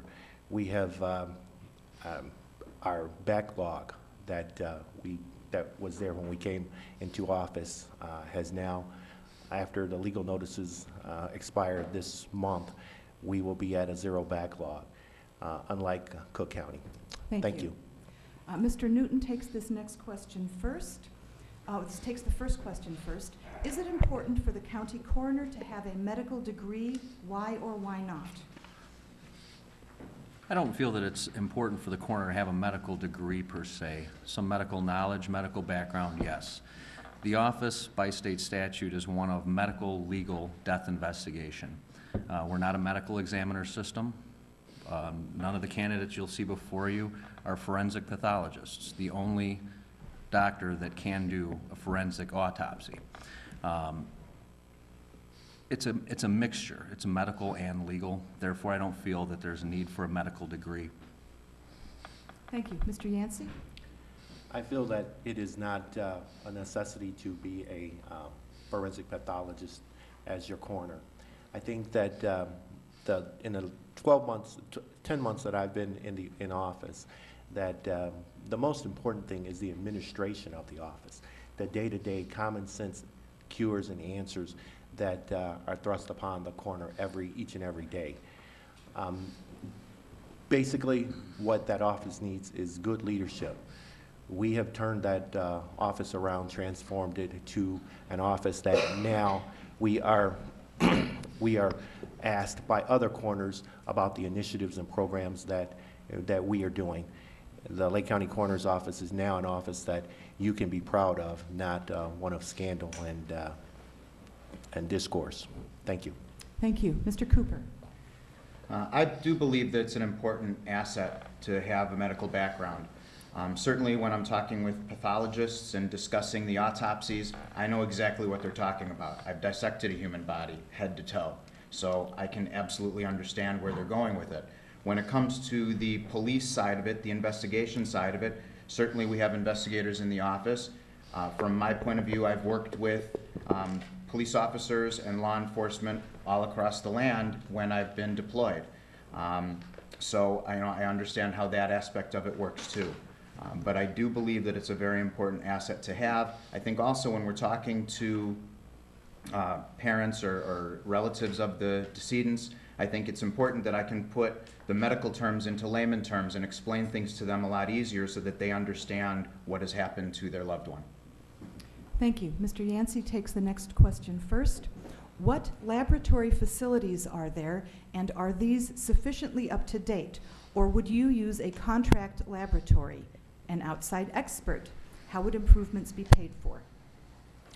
Currently, we do have a lab that we do the pre-screening of blood samples, urine samples, that sort of thing. We do have contracted with a scientific lab that we utilize on a daily basis that do the quantitative values of the samples that we've received.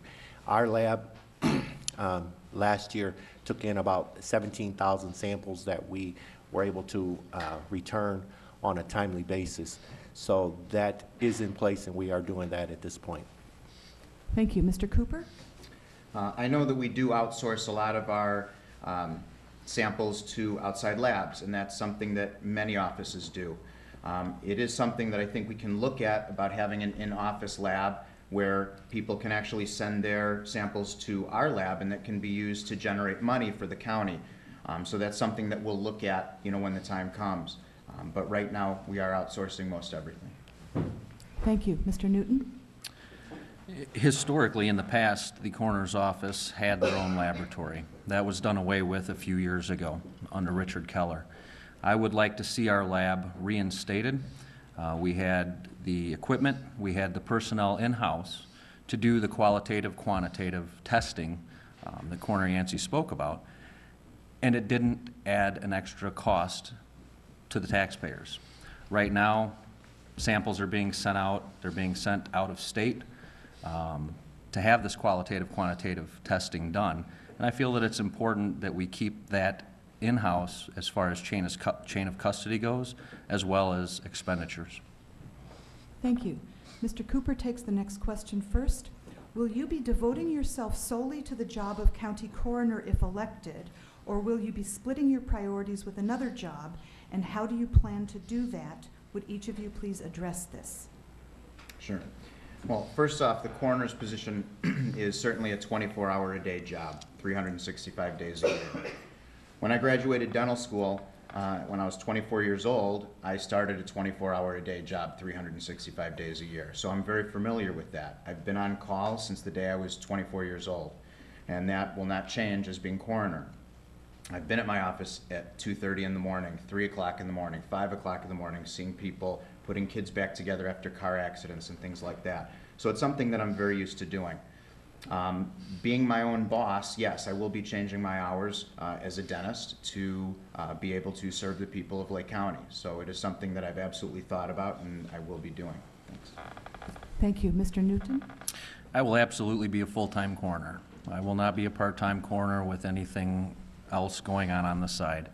I feel that that position, the way I was brought into the position, the way my training and experience went in that position, it is absolutely mandatory that you have somebody that can dedicate the time and devote themselves to that office to make sure it's a success. Thank you. Mr. Yancey? Yes, I currently, the coroner's job is the only position that I hold. It is definitely not a 9-to-5 job. We are out at all times of the morning and evening making those notifications to those families and loved ones, and that is an essential part of what we do at the coroner's office. So it is definitely a full-time job. Thank you. Mr. Newton takes the next question first. As coroner, how will your office educate our community on preventable elderly deaths? Please be specific. Thanks.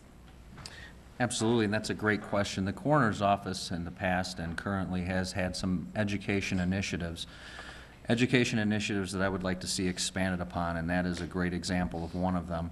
Not only do we need to be out in our high schools, and not only do we need to be out in our civic functions, but we also have numerous nursing homes and numerous senior centers throughout the county where we could be out, we could be discussing with the people that reside there, we could be discussing with their family members based on the statistical information that's gathered by our job as coroner, what trends we're seeing and how we could preclude death.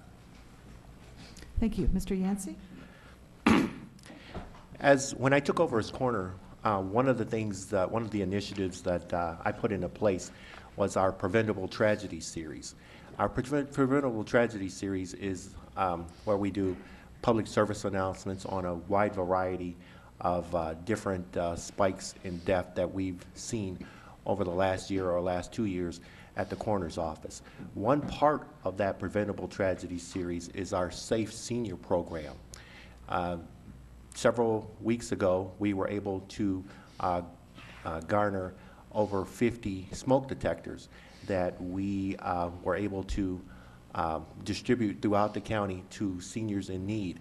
That is one portion of the Safe Seniors. We have different, even more initiatives on the horizon. Thank you. Thank you. Mr. Cooper? I think education is very important. When it comes to seniors, there are different things that in their homes that they need to do, whether it be setting up ramps, whether it be not having them walk up and down stairs, things that are absolutely problems for them where they can fall and break their hips, bones, all sorts of things. I'm very familiar with that, and I think that there's things we can do at the coroner's office where we can educate people and explain to them the things that they can do in their homes or things that they can do at nursing homes and things like that. So I think education is the key. Thank you. Mr. Yancey takes the next question. Is the coroner's office doing enough in terms of domestic violence outreach and suicide prevention? Please explain. Well, one of the things that we have done as a part of our Preventable Tragedy Series is a PSA on suicide, where we partnered with the Lake County Health Department, Dr. Testa, and we were able to put our statistics together where we are garnering those statistics and trying to paint a picture of exactly what's going on in our county. Another thing that we are doing, I recently rejoined the Suicide Task Force that Lake County puts forth. And one of the things that we are desperately looking at is our returning veterans, that we've seen several deaths or suicides that our service personnel coming back from Afghanistan and Iraq are not able to readjust themselves to civilian life. After having spent time in Afghanistan, one of the most inhospitable places on the face of the planet, we need to do more in Lake County. Thank you. Mr. Cooper? I think that the public service announcement campaign is a good campaign. The problem is that not everybody can see that, not everybody accesses it. So I think we need to do more to get our information out there, get into the schools, get into different groups, start advertising that we are here to educate the public about these things that are happening. Domestic abuse, suicide, they're certainly going up. And it's not just going up with the veterans and people coming home, it's going up all through society. When the economy goes down, bad things happen. When people have money problems, bad things happen, and we see those trends. So we really need to get out, get to the people and let them know about these things and really run programs that can help kids. We got to get into the schools, talk to the kids about suicide, and certainly do everything we can. Thank you. Mr. Newton? Yes, I think coupled public service announcements coupled with the outreach that the Lake County Suicide Prevention Coalition provides, it is important for the coroner's office to be available to different civic organizations, to different groups throughout the county. And not only bring forth what the coroner sees as trends, but coupled together with other organizations, an example of which is the Suicide Task Force, to bring that to light, to shed the light, and to share all of the resources together to hopefully spread countywide. Thank you. Mr. Cooper takes this question first. What is the single most important skill set you would bring to the coroner's position? Discuss. Well, probably compassion. In my everyday job, that's, I work with patients every single day. I'm a dentist. Most of my patients, most anybody's patients, don't want to be at the dental office. I'm sure most of you don't want to be at a dental office. So I'm used to that. The same as most people don't want to be coming to the coroner's office. So my compassion, I'm used to dealing with people. My job for over 20 years has been working hand in hand with people, face to face with people, literally. And so I think that's what I bring to the table. Thank you. Mr. Newton? I think the most noteworthy is my experience. I worked in the office for 7 years. I've been out at 2 o'clock in the morning at the crash scene and have left there and gone and notified a family that their son or daughter isn't coming home. I've used that compassion that I have within me. The experience that I had within the coroner's office over 7 years in investigating, assisting with, or supervising over 10,000 death investigations, I feel is the most beneficial experience to have when running for this office. Thank you. And could I encourage everyone to speak just a little bit more loudly, maybe scooching the mic a bit closer? Mr. Yancey. I think that the 20-plus years as a law enforcement professional with the Waukegan Police Department is probably the best experience I could have ever had, and I bring that experience to the coroner's office.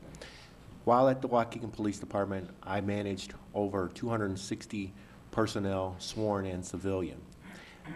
There were a lot of experiences that came through those years as that law enforcement professional. The coroner's office is a law enforcement position. I bring that experience and that skill, that know-how to the coroner's office. That's why we've been so successful over the last 10 months in accomplishing all of the things that we have. Thank you. Thank you.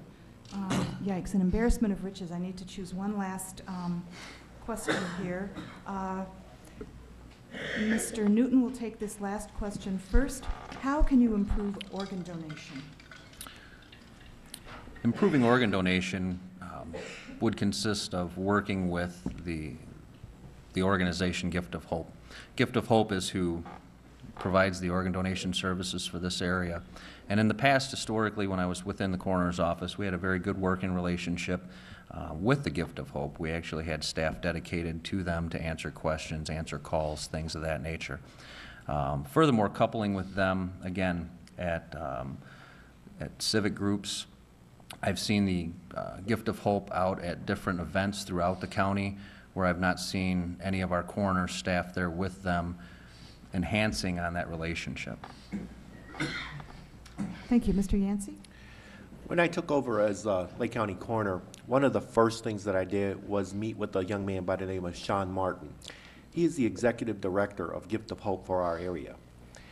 Prior to my taking over the coroner's office, the relationship between the Lake County Coroner's Office and Gift of Hope had fell on hard times.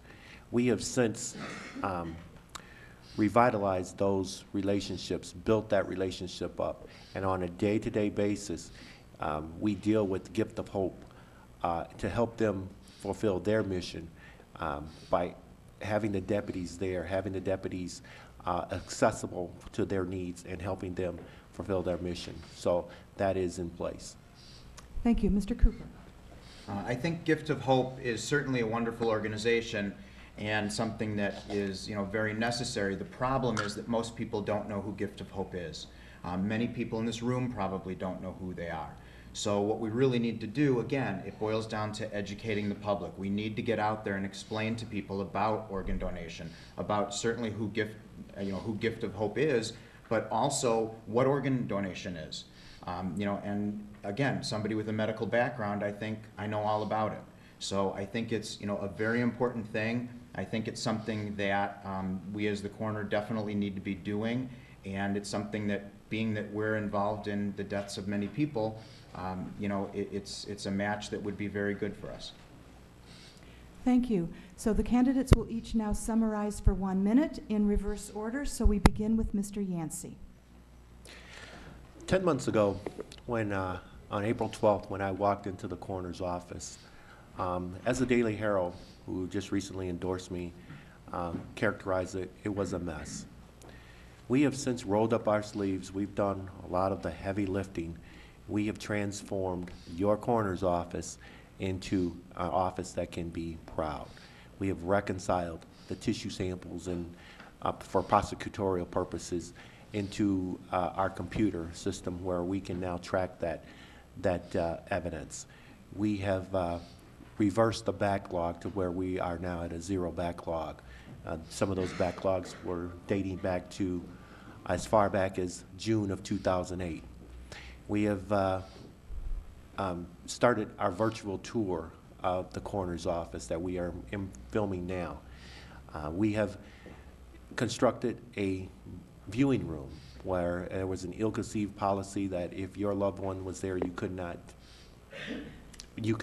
see your loved one. Thank now you. We have a Sorry. secured line and video. Thank you, where Mr. can Yancey. Mr. Newton. Well, thank you again for your time today and coming out and hearing us speak.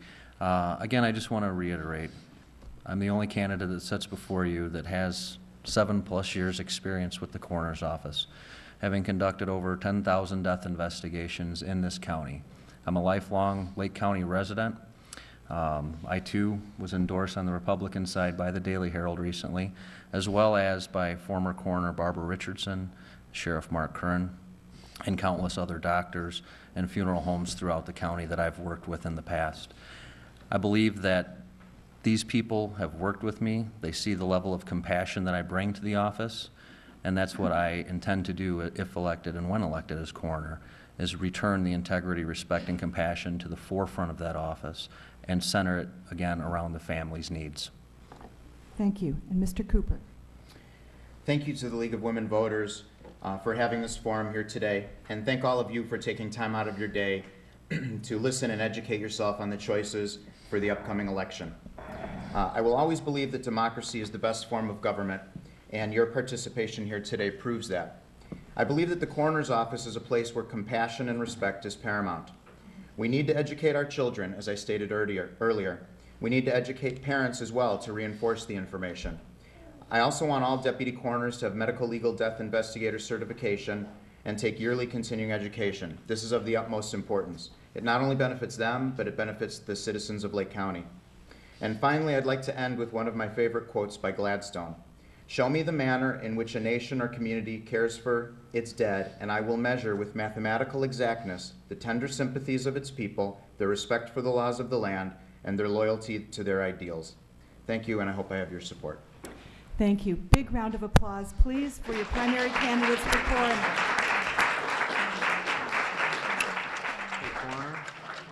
If I could have Mr. Bednar and Mr. Blumenthal up here. Pour a glass of that water. The camera crew was asking for water. Congratulations, everybody. Good luck.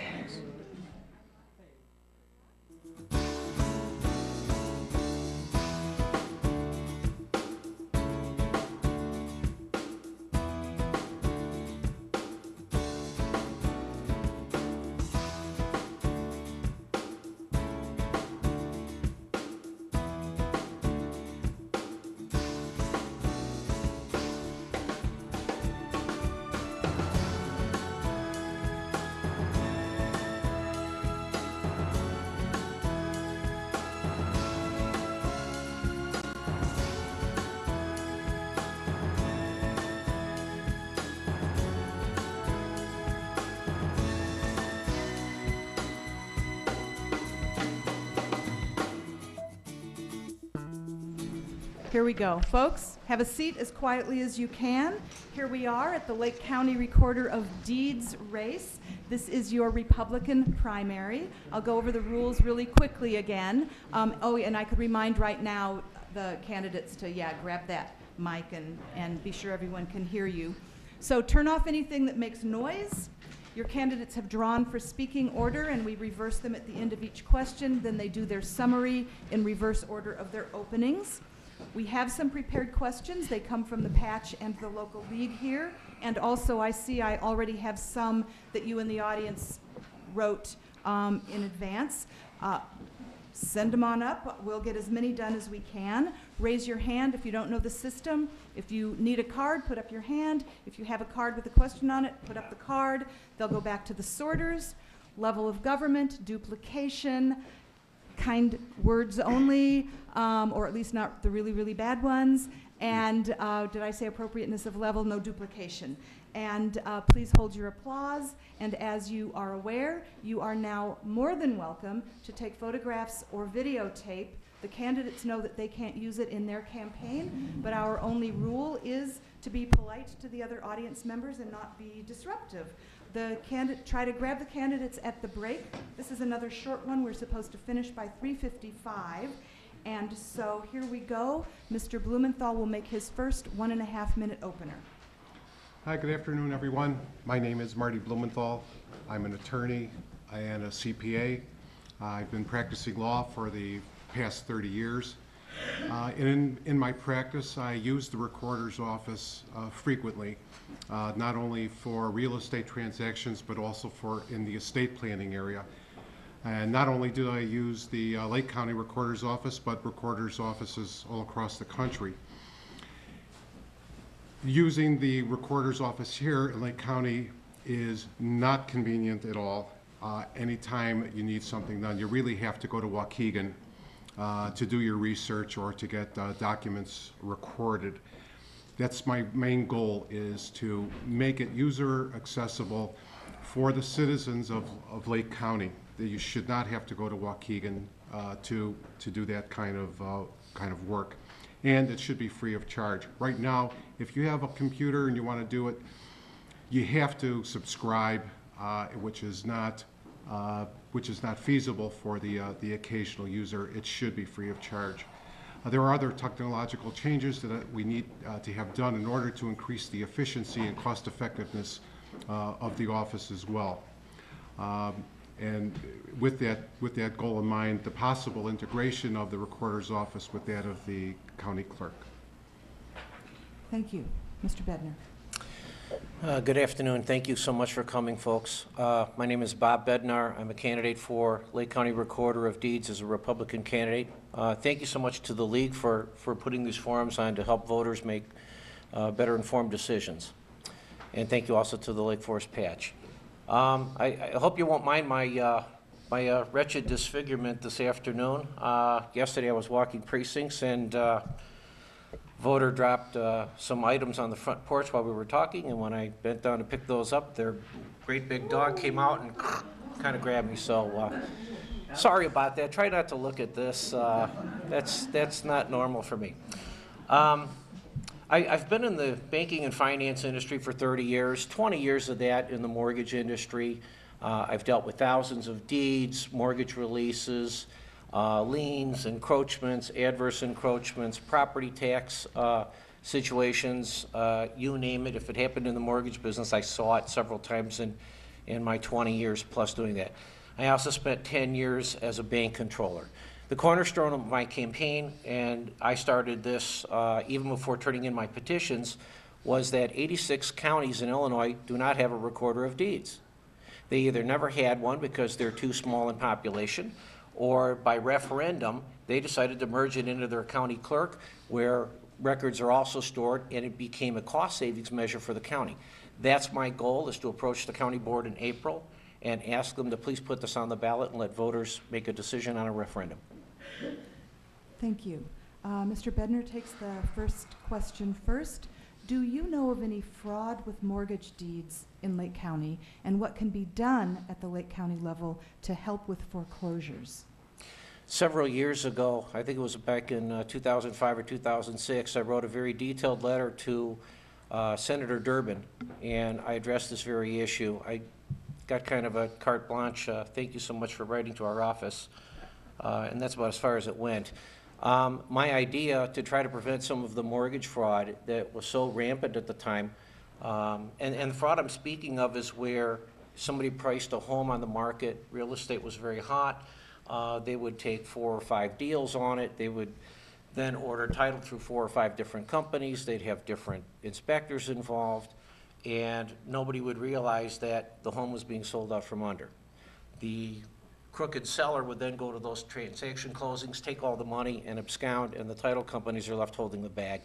My idea was that when someone signs a real estate contract for a fee of, let's say, $10, that real estate contract goes and gets recorded, and it stays on that property as an encroachment for 30 days. That would prevent this kind of duplication of sale and the mortgage fraud. Thank you. Mr. Blumenthal. Okay, there is fraud, not only mortgage fraud, but as related, there's also fraud in the multiple sale of a single property.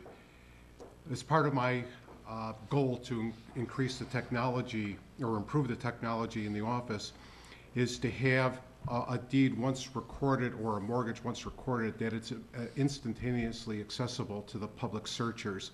Right now there could be a gap of 3 weeks from the time you record a deed or a mortgage till it actually appears. So you know, and the title companies usually will cover this, but you don't want to be moving in one day and have 2 other moving vans there also moving into the same house. And the only way that could be prevented is to have the gap for a deed recorded to be instantaneous. Thank you. Mr. Blumenthal takes this next question first. I actually have a lot of questions about improved efficiency and technology, so even though it's been brought up, I think we'll just explore it a little bit further with a more specific question. Is there technology that would improve the flow of business in the recorder's office and provide easier access to the public? What would the cost be? What would the return on investments be? I've spoken to several software vendors, not only for the Lake County system that we have, which is a pretty good system, it has a lot of potential, but in other counties as well, to get the ideas to see what the technological advances that could be made, and also the costs. Actually, several of the vendors were familiar with the system we have here in Lake County. To do some of the things that I would like to be done would not cost that much.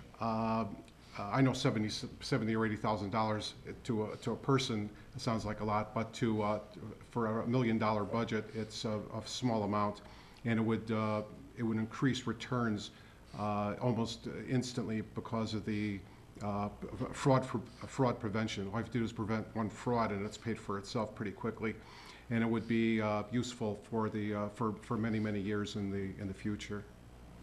Thank you. Mr. Bednar? Could you please repeat the question? Sure. Is there technology that would improve the flow of business in the recorder's office and provide easier access to the public? What would the cost be? What would the return on investments be? The technology that's out there today in the recorder's office is the reason you see these positions being eliminated across our state. It's very efficient today with the advancement of computer technology, document storage and retrieval, redundant storage systems, et cetera, that counties realize you don't need a staff of 40 or 50 or 60 people. We've seen it right here in Lake County. 2 years ago, this office had a staff of 25. Today it has a staff of 16. But we can go further, and other counties have gone further. I don't see the need for us to go reinvent the wheel, bring in new technology, and wait whether we should conserve money and save us future tax dollars and look at consolidating the office. If we make the decision now on consolidating through a referendum, we can put that technology dollar to work in the clerk's office and pass it over as efficiently as possible. Thank you. Mr. Bednar, another efficiency question or technology. What changes in office operations do you propose to improve transparency and public access? I think there are some computer things that we can do that would allow homeowners, attorneys, folks interested in buying property to go online and look further into the history of a property. I think that that's important. You can look up a property tax bill today in most counties. The technology is here that we can do that in Lake County, and it should be greater utilized. However, I'm going to say this cautiously, when you take a lot of older records and you start dropping them online and you let anybody have access to those records, there's a danger. It was very common 20 years ago when somebody bought a property for their attorney to type Social Security numbers on the bottom of that deed. It was commonly used as a tax identifier. So we have to be cautious when we take technology and we start putting all of those things online. We're going to knowingly be exposing the public to some danger. So it has to be done cautiously. It has to be studied. I would like to look at what other counties are doing to make sure that they didn't make those kind of mistakes and we don't do it either. Thank you. Mr. Blumenthal. Okay, could you repeat the question, please? What changes in office operations do you propose to improve transparency and public access? Okay. As far as transparency goes, I know I've had a problem in accessing certain information about the operation of the Recorder's Office, and the only way to do it was through the Freedom of Information Act. That information should be online. You should not have to go through that. The other factors about access to information is what I've said before, that all the records should be online, and the statute of the state of Illinois does provide for redacting documents, so personal information cannot be used, such as Social Security numbers, driver's license numbers. So that safeguard is already in place, and I believe Lake County does adhere to that. So there is no danger of anyone trying to steal an identity from from those sources. So that's the basis of what the technological advances would do. Thank you. Mr. Blumenthal, have you yourself had personal contact with the Recorder's Office? And if so, what, if anything, did you learn from that experience? As I stated in my opening statement, I've used the Recorder's Office many times here in Lake County, and actually going in there and looking at the microfilm, or once in a great while looking at the huge tomes from the early 20th century and 19th century, where people had very neat handwriting, by the way. So I was that's very common. And when I use other recorders' offices, I could usually do it from my office computer without any problem. I rarely have to call them up unless I need a certified document. Then that's a different procedure.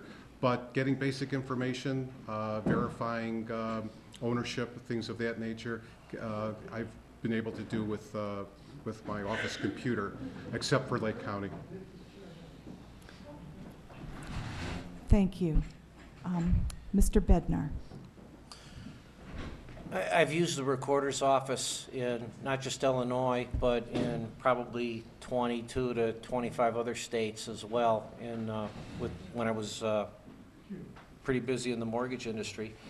I've been able to go out and pretty much research anything I needed to get. I could get a deed, I could make a phone call, I could get that instantly either sent to me through an email, through a fax, whatever. I do think that there's decent accessibility at the point where you don't have to file a FOIA in order to get something out of the Recorder's Office. I want to have as transparent a system in place here that takes into account not just the public's need for information, but protects other members of the public as well. Thank you.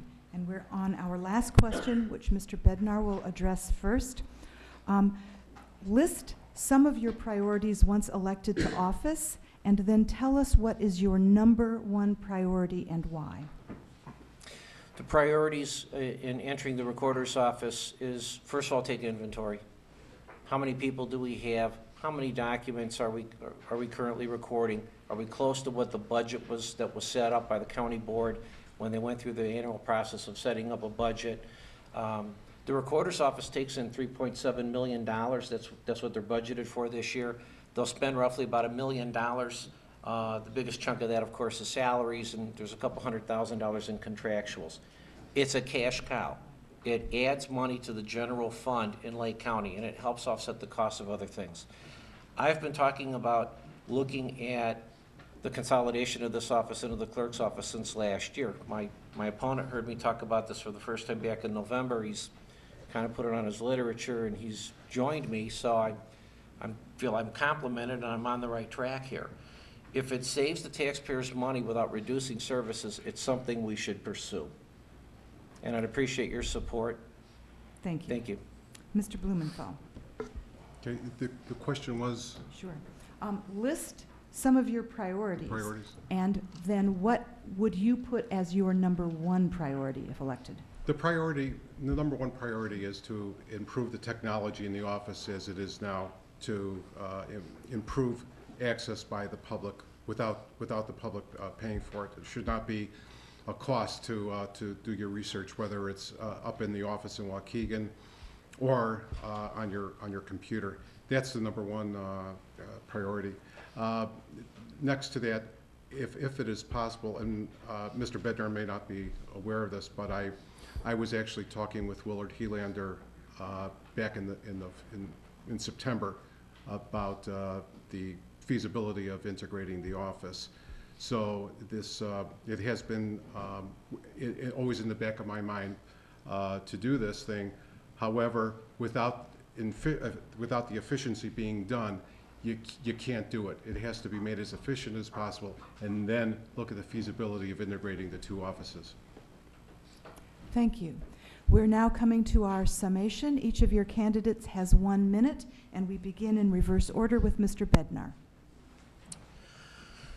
Last November, the first time that I heard my opponent speak, he talked about opening up a half a dozen new offices in Lake County where he thought we needed to have more recorder staff available. He thought the western part of the county spends too much time driving to Waukegan to record their deeds. Deeds get recorded by attorneys, by mortgage companies, and by title companies. It's rare for somebody to go and record their own deed at the recorder's office. There is no saving here of driving time by getting into that type of a structure where we add brick and mortar. I talked about consolidating this at the start of this campaign. It's the reason I'm running. I don't plan on making this a career. We have an incumbent that's in office for 16 years, and when you get an incumbent in office, change comes very slowly. There really is a desire to keep that gravy train going. I think we're looking at $250,000 in up savings if we do a consolidation of the recorder's office into the county clerk's office. Thank you. Thank you. Mr. Blumenthal. Okay, my main goal is to make the office user-friendly, to serve the citizens of Lake County. The recorder's office is more important than most people realize, for the economy in general. My experience for the past 30 years, I've used the office many times as I've had other offices. I've also received the endorsement of people that know me and my skills and my talents and my experience. The sheriff of Lake County, Willard Helander, the clerk, Bob Skidmore, the treasurer, Senator Bill Peterson. The Daily Herald has also endorsed me. Royce Lee Woods, the regional superintendent, has endorsed me. So people who are other elected officials know me and trust me and have given me their support. And I'm asking for your support as well today. Thank you. Could we please have a big round of applause for your Republican candidates for Lake County Recorder of Deeds? We will reconvene in 5 minutes, and if I could have the state's attorney candidates up here, I'd appreciate it.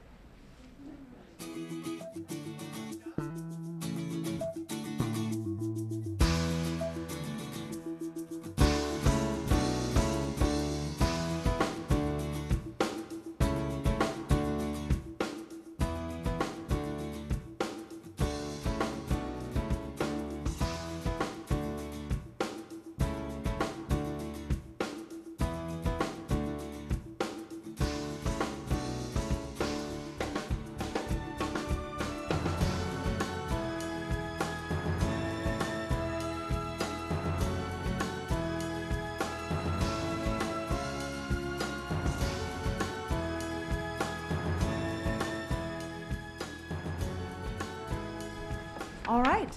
Well, welcome to our 5th race of the day. Those of you who are newcomers, some of us have been here for a while. It's the primary race for Lake County State's Attorney. It is both the Democratic and the Republican primary. Your candidates have drawn for speaking order, so in fact I didn't pay that much attention. If they happen to be sitting next to someone of their same party, it's surely a coincidence. Everyone will answer all of the questions.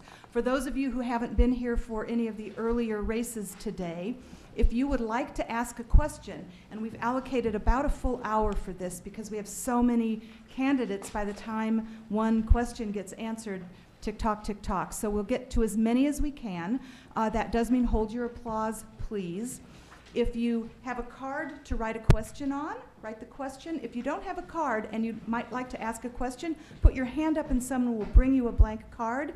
Once you've written the question, hold the card up and someone will come and get it. Now, the questions need to be appropriate to this level of government, which means that these folks are neither going to fix your roads, nor are they going to weigh in on monetary policy or what we should do with Greece. So make sure it's a state's attorney level question, that it does not contain a personal attack, although you can indeed ask a specific candidate a specific question.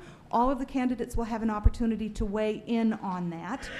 No personal attacks, be legible, and your question may not get asked. Usually that's just a matter of time. Sometimes we've decided that another question was substantially similar and yours might not get asked.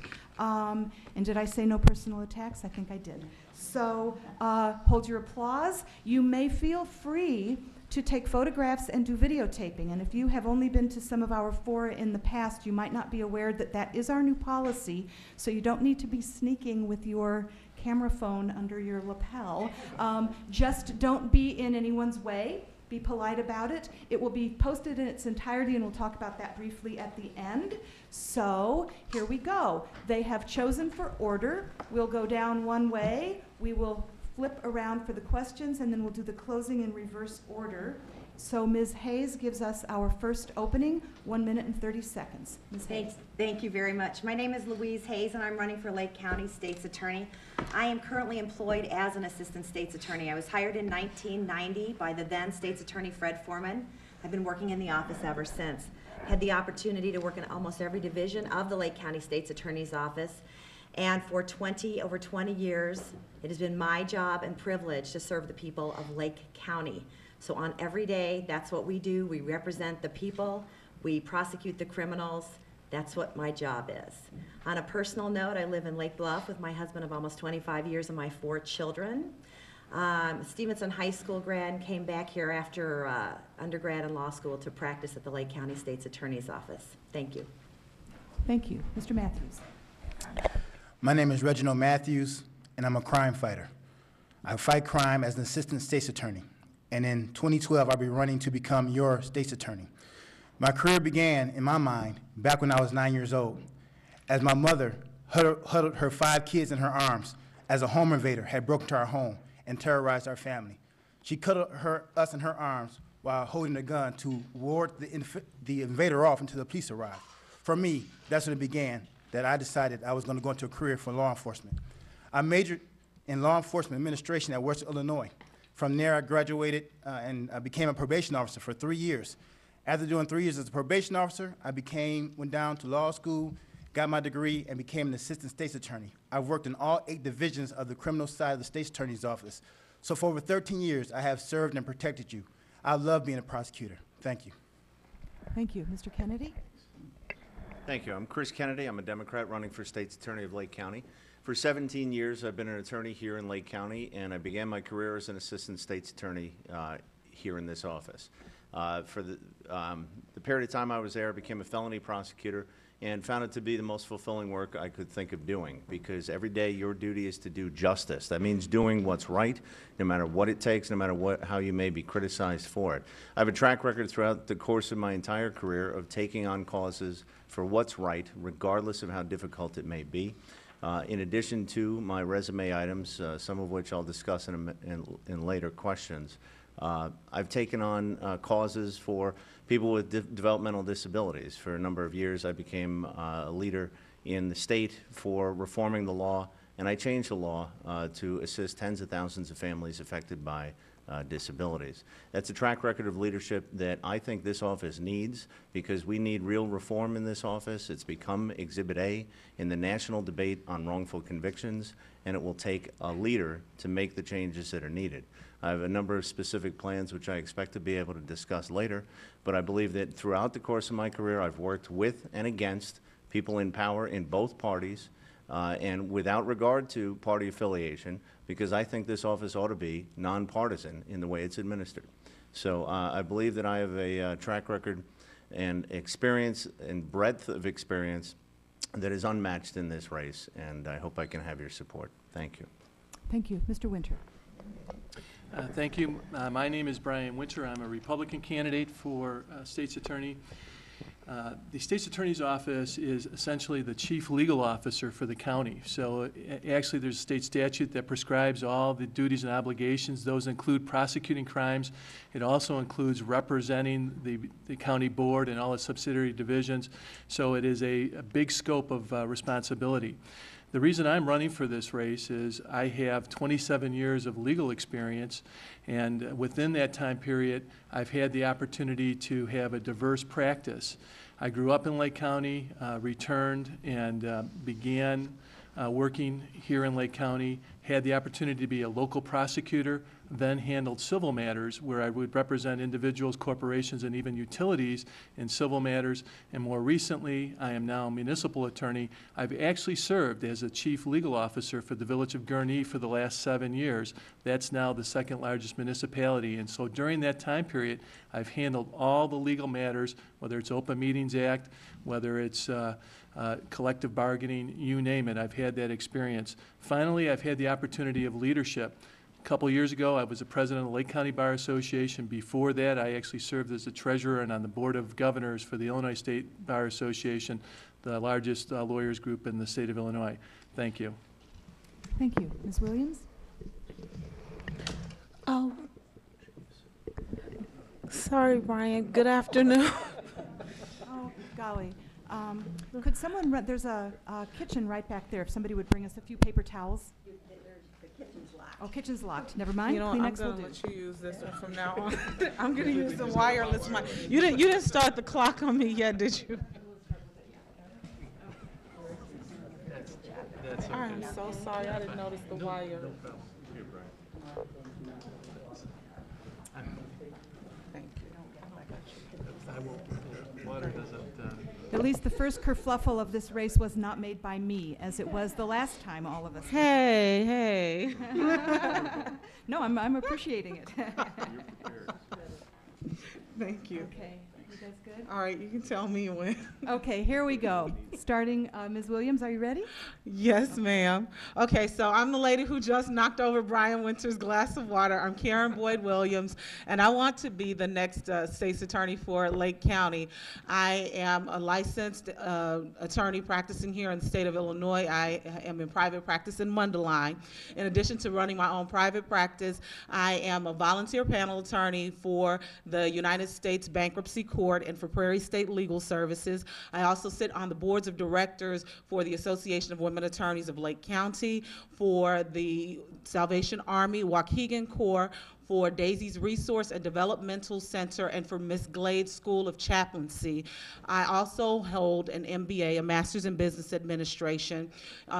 I also have an extensive background in human resources management, which means that I have experience in personnel management or people management skills, in financial management, in budgeting, and in administration. And all of that means that I've got a variety that's reflected in my experience and in my education that allows me to bring a fresh approach to the state's attorney's office. This job requires more than legal acumen. It requires solid management, budgeting, and business skills, along with flexibility and sound judgment. These are all attributes that are necessary to, in order to be truly effective in running the office of state's attorney. And I possess all of those skills, and I ask that you remember that. Thank you. Thank you. Mr. Nierheim. Good afternoon. I'm Mike Nierheim. I'm a Republican candidate for Lake County State's Attorney. I believe the Office of State's Attorney is the State's Attorney is the chief law enforcement officer for the county. And in that position, you are uniquely situated to ensure that our streets are safe and to ensure that all citizens, whether they're victims, defendants, witnesses, police officers, are treated fairly. And I have experience that makes me uniquely situated for this job. I believe I have the most relevant experience for this position. I've worked in the State's Attorney's office. I know the job. I don't have to ask the Assistant State's Attorneys what it is that they do. I know because I've done it. But I've done more than that. I've been a criminal defense attorney, and I'm proud of the experience that I've had as a criminal defense attorney representing people in this county that are accused of committing crimes to make sure that their rights are upheld. I've also handled civil cases and municipal cases. I believe, again, that I have the most relevant experience for this job to ensure that decisions, when they're made, are made fairly. I look forward to your questions, and I hope to earn your support and your vote. Thank you. Mr. Matthews will take the first question first. How do you feel about absolute immunity? Do you support holding prosecutors accountable when malicious prosecutions occur instead of extending immunity to them? Thank you. Actually, the state's attorney enjoys qualified immunity. What I mean by that is this. If there is a malicious act committed by the state's attorney, he or his assistants, whoever committed the act, will be held responsible legally in any type of lawsuit pending. But short of something by way of malfeasance, poor judgment in a particular case, we enjoy immunity. And the reason that's important is because as a prosecutor, you want to be able to feel free to prosecute the case as your judgment dictates, your education, your training dictates. It should not be frozen by the fact that, oh, I may be sued. So I do agree with having a certain amount of immunity as long as you're not abusing your authority. Thank you. Mr. Kennedy?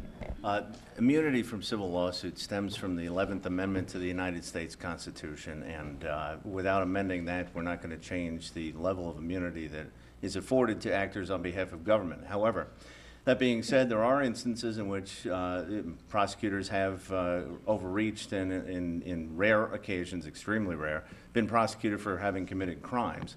I don't think that's in question here. I don't think that that's really an issue in this race. I think what's at issue is whether we're going to have someone who sets the tone from the top of the office, that victims are to be afforded their rights, that victims are to be treated with dignity and care, and that the Victims' Bill of Rights will be enforced by the prosecutor as an advocate on behalf of the people who are in the system who don't want to be there, but nonetheless have rights. So I will be an advocate, I'll be a voice for them, and I think that's the way that you address the problems that have been discussed, that I think this is the target of that question. So. Thank you. Mr. Winter. Yes, the issue of immunity, how that is very important in the office is the office essentially has approximately 140 employees, 70, approximately half are attorneys. And so what is so important in the office is that there's protocols and procedures to make sure there are no infringement on the rights of, as it's been pointed out, the accused as well as the rights of the victims, because we all know they have rights. And so it is very important to avoid any concerns about the conduct of the office, that the leadership of the office is aware of what all 70 attorneys are doing. That's going to require improvements in case management, opportunities where there's a panel to review the work of the attorneys, and that essentially is the best way to confront the issue of malfeasance and nonfeasance, and that is to make sure it doesn't happen in the first place. Thank you. Ms. Williams. With regard to absolute immunity, the only thing that I believe is necessarily absolute is the fact that there are exceptions to every rule. So while I understand and agree with the immunity regulations being in place, what I also believe is that we all run into situations, no matter what area we are in, where people break rules, whether it's because of abuse of power or because of negligence. And I think that in extreme situations, I think that these things should be monitored on a or reviewed on a case-by-case basis. And if it is found that there has been an abuse of power or negligence because of the immunity rule, then maybe the glass ceiling should be pierced, and the prosecutors even should be prosecuted. Thank you. Thank you. Mr. Nierheim? Prosecutors have immunity because the job of a prosecutor, and this is spelled out by statute, but the job of a prosecutor is to seek justice, not merely a conviction. And the state's attorneys and the assistant state's attorneys, their job is to represent the people of the state of Illinois. That does not necessarily mean that they are to represent the victim. Now, I've spent a lot of time speaking with victims. I'm proud to have the endorsement of victims advocate groups in Lake County. And the frustration that they have shared with me that I understand, that I saw as a prosecutor, is that we have the Victims' Bill of Rights, but there's no enforcement provision. The Victims' Bill of Rights spells out certain rights that victims have, one being to be notified of cases, to be made aware of plea negotiations. The way that's enforced is through administration, is through leadership, and I can assure victims and I can assure you that I will enforce the Victims' Bill of Rights administratively, and there will not be dispositions in criminal cases involving victims without the victim's input. Thank you. Ms. Hayes? I think the original question was about absolute immunity, and I agree with some of my colleagues here that the state's attorney's office, as an assistant state's attorney, you do not have absolute immunity. If you move outside of the realm of what your job is as a state's attorney, then you will not be protected. As far as the Victims' Bill of Rights, the office has 145 people in our office. We have a large group of individuals who are our victim counselors, and it is their job as victim counselors to reach out and talk with every victim and their family in the cases that we prosecute. On every victim counselor wall, I see the Victim Bill of Rights, and from the moment that a defendant is charged, our office is talking with the victims. Our victim counselor unit is a model in the state of Illinois for reaching out to victims, and that is what we do on a daily basis. I will continue with those programs to reach out and protect our victims. Thank you. Thank you. Mr. Kennedy will take the next question first, but I just need to do a little bit of housekeeping here. Would you move over this? Okay, there we go. So just watch on camera. It's your big head. All right, Mr. Kennedy, did you read the appellate court decision on Juan Rivera's case? What are your comments about this? I did.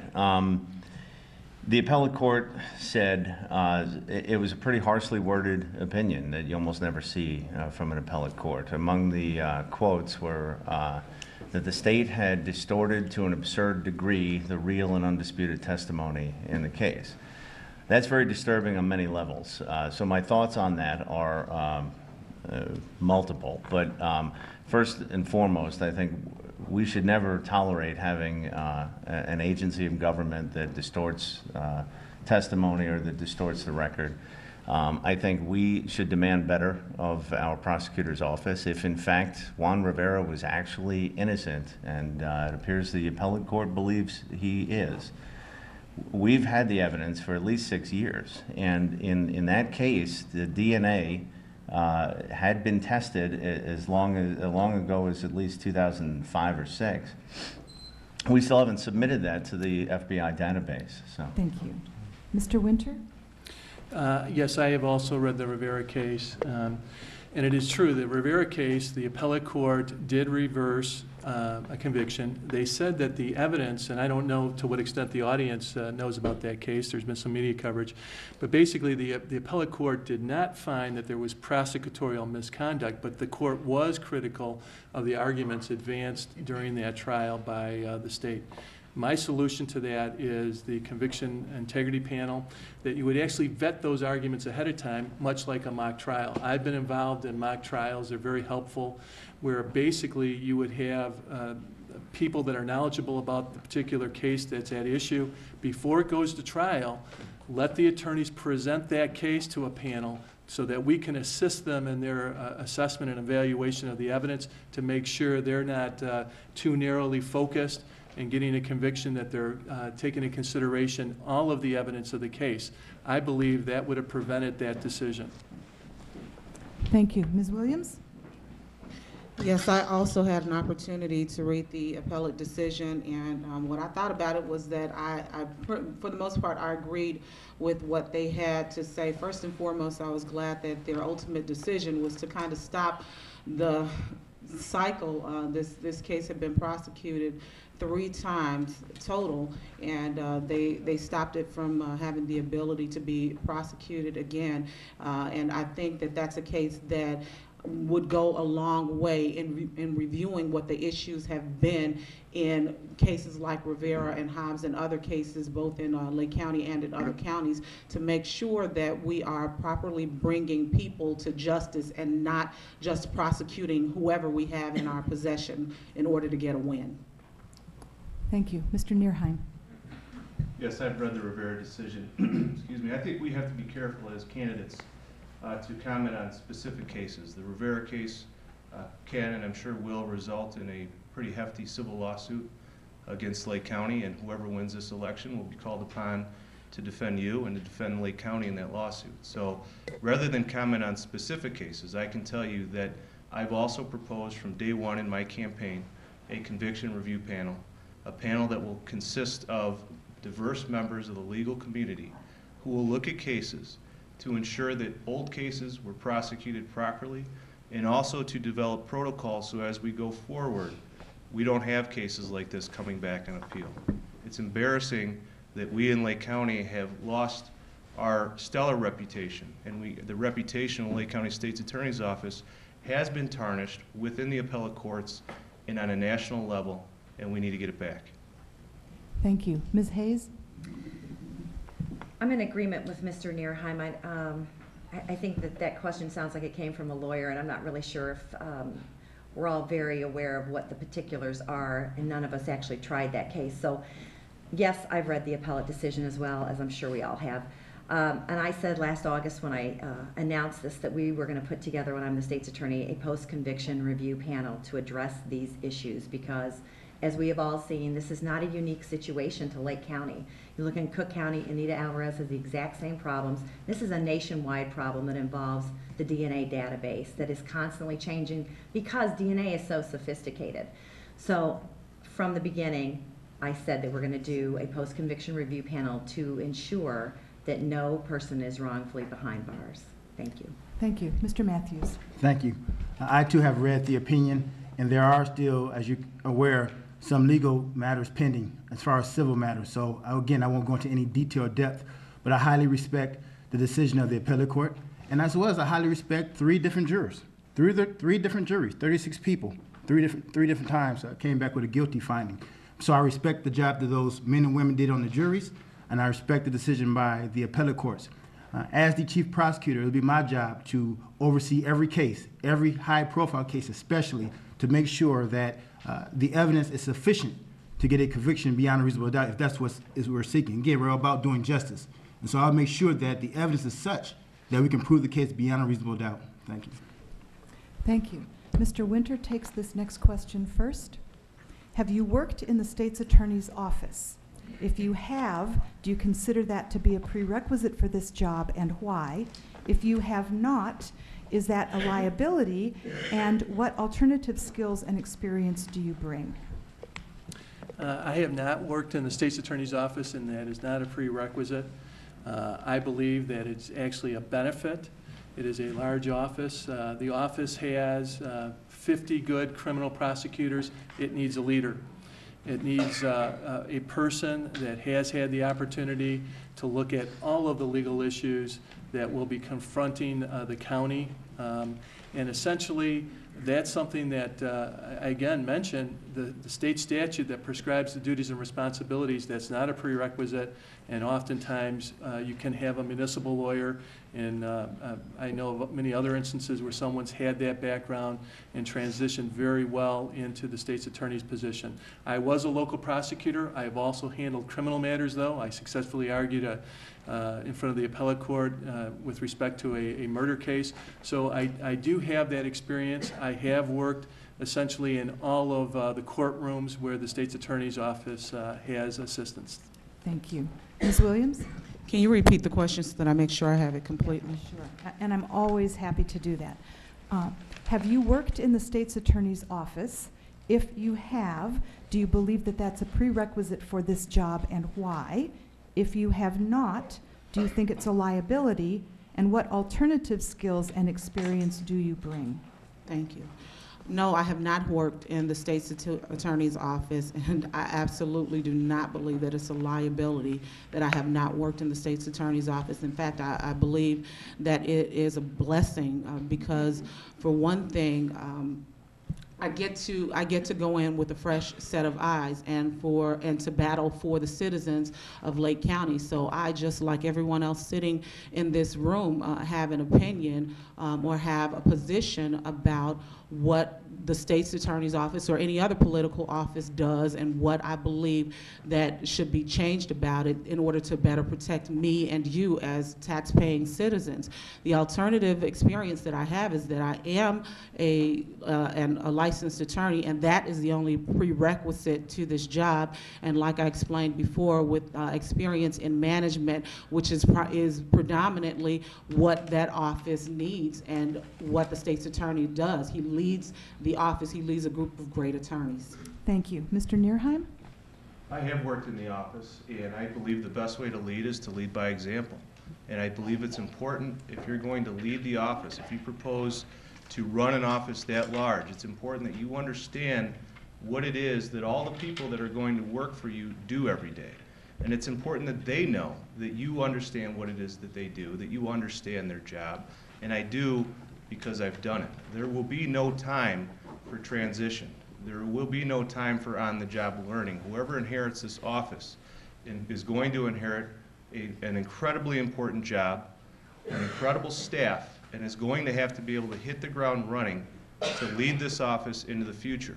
And I have worked in the office. I believe it's very important. In fact, I believe it's vital. But I've done more than work in the state's attorney's office. I've been a criminal defense attorney. I've been a civil attorney. I handle municipal cases, so I have both. I've been in the office, but I've done more than that. Thank you. Ms. Hayes? Thank you. I'm not sure if this is working, but it is paramount that you work in this office to understand the workings and functioning of the state's attorney's office for the people of this county. This county is 710,000 people. The office has 145 people that work there, 70 of which attorneys, 60 do criminal. We have branch courts, we have felony courtrooms, misdemeanor. We have programs that we reach out into the community about involving anything from our domestic violence protocol to our new sexual assault protocol. We're in the classrooms talking about the Be Safe program. It is a huge amount of information. I will be hitting the ground running. I know what we do on a daily basis. I know what all the attorneys do. I've done all their jobs. I currently run our grand jury. I work in 2 of our specialty courtrooms, mental health and the veterans courtroom. This is a big office with a lot of information. Very difficult to come in and think you can lead when you haven't been in the office and you don't know what we do. Thank you. Thank you. Mr. Matthews? It's vital that you work in the state's attorney's office. I've been working there now going on 11 years. 11 years. I demand a lot from myself, so I would demand a lot from my assistant state's attorneys. Just last night, I didn't get in till like midnight because I have a trial on Monday, a home invasion, where a family was terrorized. This past week, I stayed in the office 24 hours, not because I had to, because I have a job to do. I have to protect you. I have to protect my family and every family in Lake County. So I demand a lot of myself, and I would demand a lot of my assistants. It is vital that you have been in the state's attorney's office so you can know the inner workings, so you can touch the victims, so you can hold their hand, so you can understand what they're going through, so you can empathize with them, and always protect society, always uphold justice. I demand a lot from myself, and I will demand a lot from my assistants. Thank you. Thank you. Mr. Kennedy? I'm a former prosecutor. I've handled just about every kind of criminal case in one way or another over the years. And as the Daily Herald, in their endorsement of my candidacy on the Democratic side, said, I have knowledge of the inner workings of the office. But I also have the outside perspective of someone who's been out of the office, who's had a broad and deep experience in various aspects of the law that the state's attorney is expected to know. You know, before I was a prosecutor, I interned with the U.S. Attorney's Office, with the Director of Public Prosecutions in Ireland, with federal judges. I'm proud to be endorsed by the former United States Attorney for the Northern District of Illinois, which includes Lake County, Scott Lassar, and David Hoffman, the former Inspector General of the City of Chicago. And in his endorsement of me, he endorsed me because of the right kind of experience, which is broad and which is independent, because a state's attorney needs to have the courage and the independence to get it right, no matter what that means, no matter how difficult that may be. That's the record I intend to bring to this office. Thank you. Thank you. Ms. Williams takes the next question first. The state's attorney's office has faced criticism for its handling of some cases it has prosecuted. Why should voters trust that you specifically will do a better job than the current administration? So I'm going to piggyback on the last question in order to help me to answer this question. First and foremost, I'm not in the prosecutor's office right now, and I have no allegiances in that office. I am not inundated I'm not inundated and overwhelmed with what has been going on in the office and my buddies in the office and what needs to continue to go on in the office.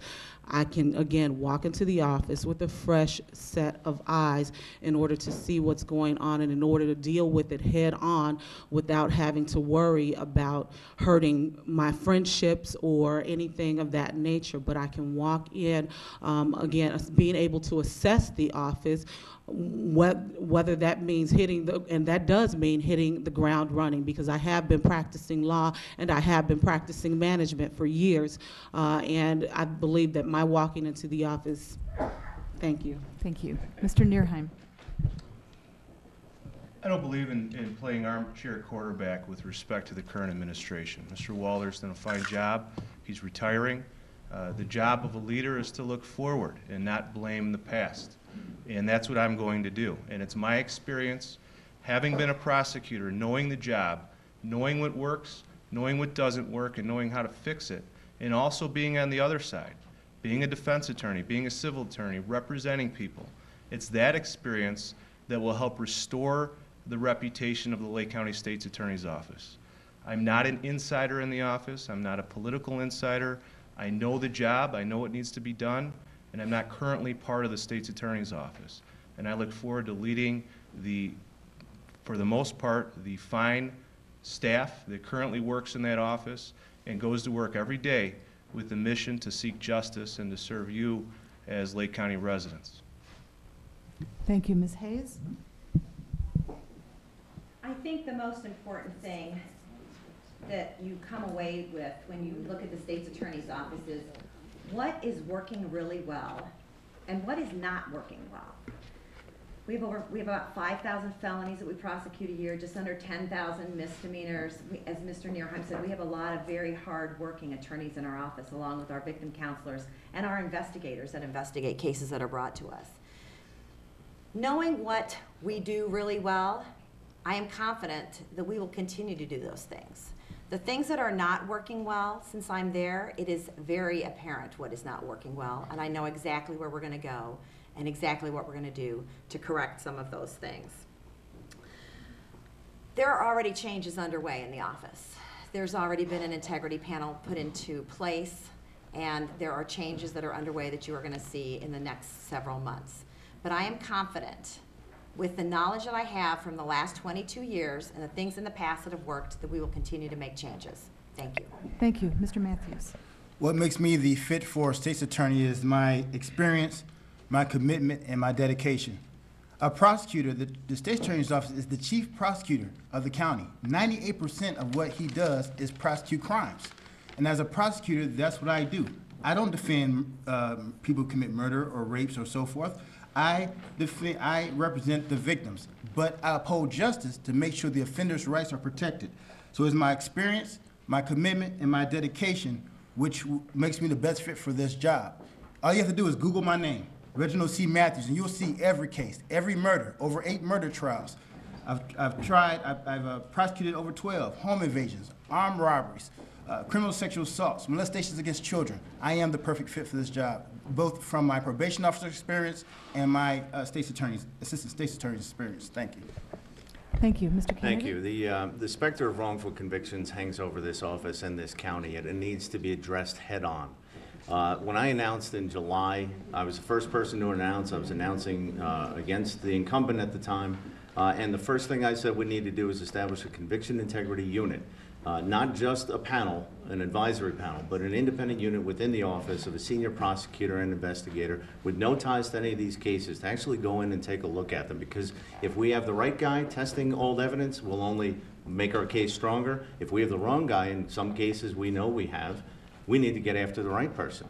So we still, in our county, have not submitted in the Rivera Holly Staker murder. That sample has not been submitted to CODIS in 6 years. There's 3.9 million samples out there. In the Hobbs case, Hobbs was apparently wrongfully prosecuted. The person who actually apparently murdered those 2 little girls is still unprosecuted by our office. There are many other examples, and we need to address these head-on and have the courage to do so. Thanks. Thank you. Mr. Winter? Again, as someone that currently is not in the office, I think the thing that the public has to understand, there has to be transparency with the office. The office doesn't work by secret rules. The office doesn't work by means that the public is not aware of, or other attorneys, and we have to continue that process.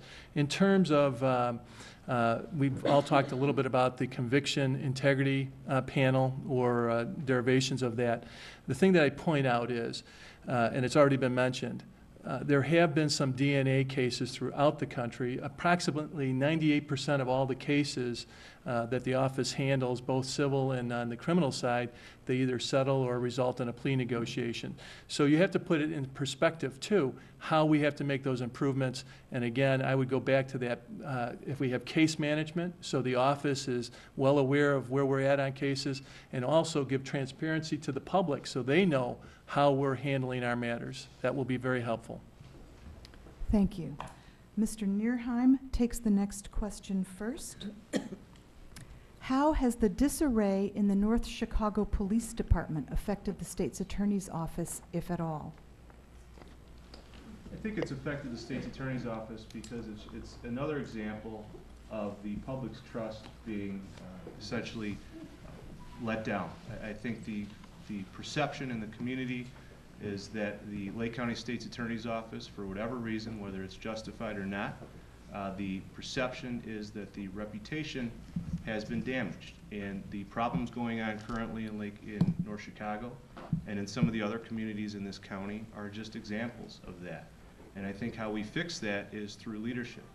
And when we have cases when an entire community clearly has issues in trusting their police department, the role of the state's attorney is to step in as a leader and help restore that trust, because the people have to be able to trust the police, and they most certainly have to be able to trust the state's attorney and all the assistant state's attorneys working in that office.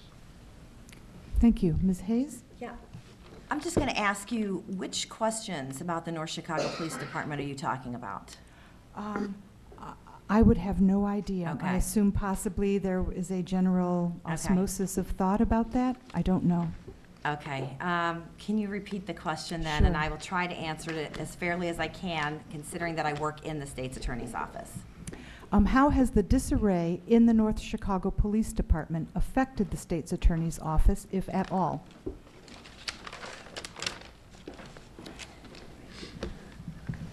Given the problems in the North Chicago Police Department, I think that that is clearly a problem for North Chicago right now.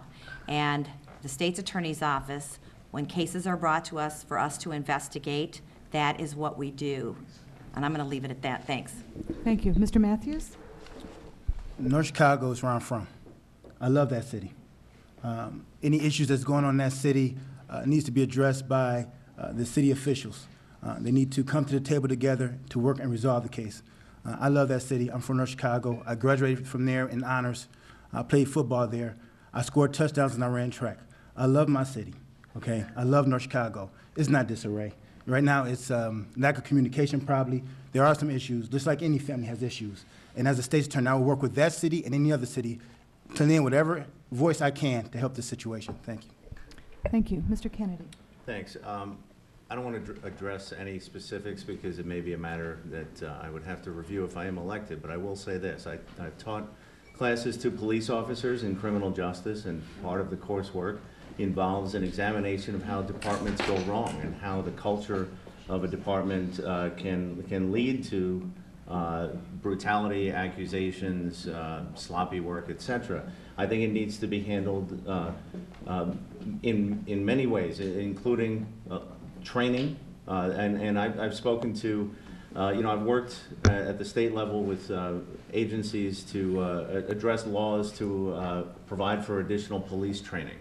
And typically that is the thing that is the most common need, and there's no budget among many departments. I think the state's attorney's office has a role there. I also think you have a role in demanding that none of these kind of things be tolerated, or the myriad little things that happened before the big things hit the news. And I think that's where you can have an impact, and I intend to have an impact as state's attorney. Thank you. Mr. Winter, we're just going to take a break for a second here. Everybody, talk amongst yourselves. Thanks a lot. All right, Mr. Winter, same question. All right. In response to the question, concerns or coverage with regards to the North Chicago Police Department, basically this is an area where the state's attorney's office can be instrumental. As shrinking budgets occur at the local level, I think there's certainly going to be a need for more intergovernmental agreements involving not only the state's attorney's office but the sheriff's office. There are going to be certain departments that aren't going to have the manpower, the training to address certain crime aspects in their communities, and that's where intergovernmental agreements, where communities work together and share resources, will be very helpful. That could even include training.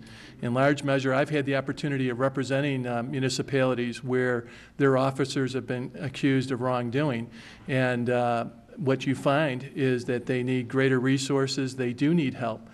I have prepared and drafted numerous intergovernmental agreements as the chief legal officer for the Village of Gurnee and Kildare. I've even been involved in police agreements with the Village of Kildare, and we can help communities like North Chicago. Thank you. Ms. Williams. I think that from my vantage point, probably the way that the state's attorney's office has been impacted the most is in public opinion. And again, this is from my vantage point, because whenever citizens see that there's some kind of impropriety or unfairness that's going on in one public office, especially if it's a public office that in any way related to another public office, they just kind of mix them all together, just meld them all together. So any concern that they might have with the public, with the North Chicago Police Department being in disarray, they automatically look at the state's attorney's office. And this is not just my personal opinion, this comes from me talking to people, because they're automatically looking for the state's attorney's office to be able to do something. And I think that what we do is to make sure that we strictly enforce what we've got. Thank you. Ms. Hayes takes this next question first. I'm assuming that this might be quick for most of you. As an attorney, have you had to defend any cease and desist orders? If so, would you discuss whether it is relevant to your ability to do this job? The first answer is no, I have not. And what was the second part of the question? Well, I think if you have, do you think it's relevant to your ability? Mr. Matthews. I have not defended any cease or desist orders, but with anything that's within my duties as a state's attorney, I will make sure I do those duties to the best of my abilities, always seeking justice and doing the right thing. Thank you. Thank you. And I gather that this is referencing actually personally defending a cease and desist order, but I could be wrong. Mr. Kennedy. Not that I recall. I know I've certainly sought them on behalf of clients when rights have been infringed, things like that. But And as far as its relevance, I'm not certain, but I'll use the 30 seconds I have to talk about how I do have experience in a broad array of civil matters. And it includes not just civil rights cases, but employment matters, and all the range of things that a state's attorney is going to have to deal with in his or her official capacity. So I do have a breadth of experience, and although it does not include defending cease and desist orders to the best of my recollection. I would say that was deftly done, as the rule is not going back to something else in your free time, but that was probably umbrellaed under that question. Mr. Winter. I don't recall ever defending a cease and desist order. I have sought them on behalf of villages that I've represented. When they are in violation of laws, the village routinely will. It's usually a progressive system where they try to get cooperation, but if they don't get cooperation oftentimes it can be in a property use case, then you will seek legal remedies for that. Thank you. Ms. Williams? Can you repeat the second half of that question, please? Yes. If you have had to defend a cease and desist order, would you discuss whether that's relevant to your ability to do this job? Okay, so no, I have not had to defend any cease and desist orders. Do I think that defending it is relevant to the job? Not necessarily, because the state's attorney's office is primarily criminal prosecution, and so having to defend anything, first and foremost, is not a major function of that office. And then additionally, a cease and desist order is generally a civil matter, and there aren't a lot of civil matters that run through the state's attorney's office, so no, I don't think so. Thank you. Mr. Nierheim. Well, there is an entire civil division in the state's attorney's office, so there is actually a lot of civil cases that the state's attorney handles and is responsible for. But I have not defended a cease and desist order, so I will answer this question like an atypical attorney with one word: no. Of course, he had a lead up to the no, but I appreciate I appreciate the attempt, if not the actual success. All right, here we go. We're going to have one last question and then a summary, so it's going to run us over a minute or two, but I'd rather do that than end early and not get as many questions in as possible. So we're going to start this one with Mr. Matthews. What are would you list your priorities once elected to office, but tell us what you would place as your #1 priority? My priorities are to restructure the office, to create a vertical prosecution unit where that unit would deal with violent crimes. And what I mean by that is we would assign 2 assistants to violent crimes, such as a murder, such as a home invasion, such as a criminal sexual assault case where there's a DNA component. The reason why I would do a vertical prosecution, what that means is that the assistant will be assigned to the case prior to indictment. So that way they get the case right away, they can discover what evidence is there, what is lacking, start making determinations, crucial determinations earlier in the process. So that would be my #1 priority, but also to create a crime sex unit and also to create a gang unit, because gangs are ever increasing in a lot of the urban areas and the urban cities. And it's also trickling into a lot of the more suburban areas as well. So that would be my goals as a state's attorney. Thank you. Mr. Kennedy. Since July, I've called for the establishment of a conviction integrity unit, which would establish at least a senior prosecutor and a senior investigator without ties to go and look at these cases, because I want to go after the person who apparently actually murdered Holly Staker, the person who murdered Crystal Tobias and Laura Hobbs in Zion, and in other cases where there's a legitimate question as to the actual innocence of someone. Let's look at those cases. Let's also apply the lessons going forward, because this unit will be responsible for overseeing training and protocols as well. We'll have an advisory component to it in terms of a panel, again, with people without connections here.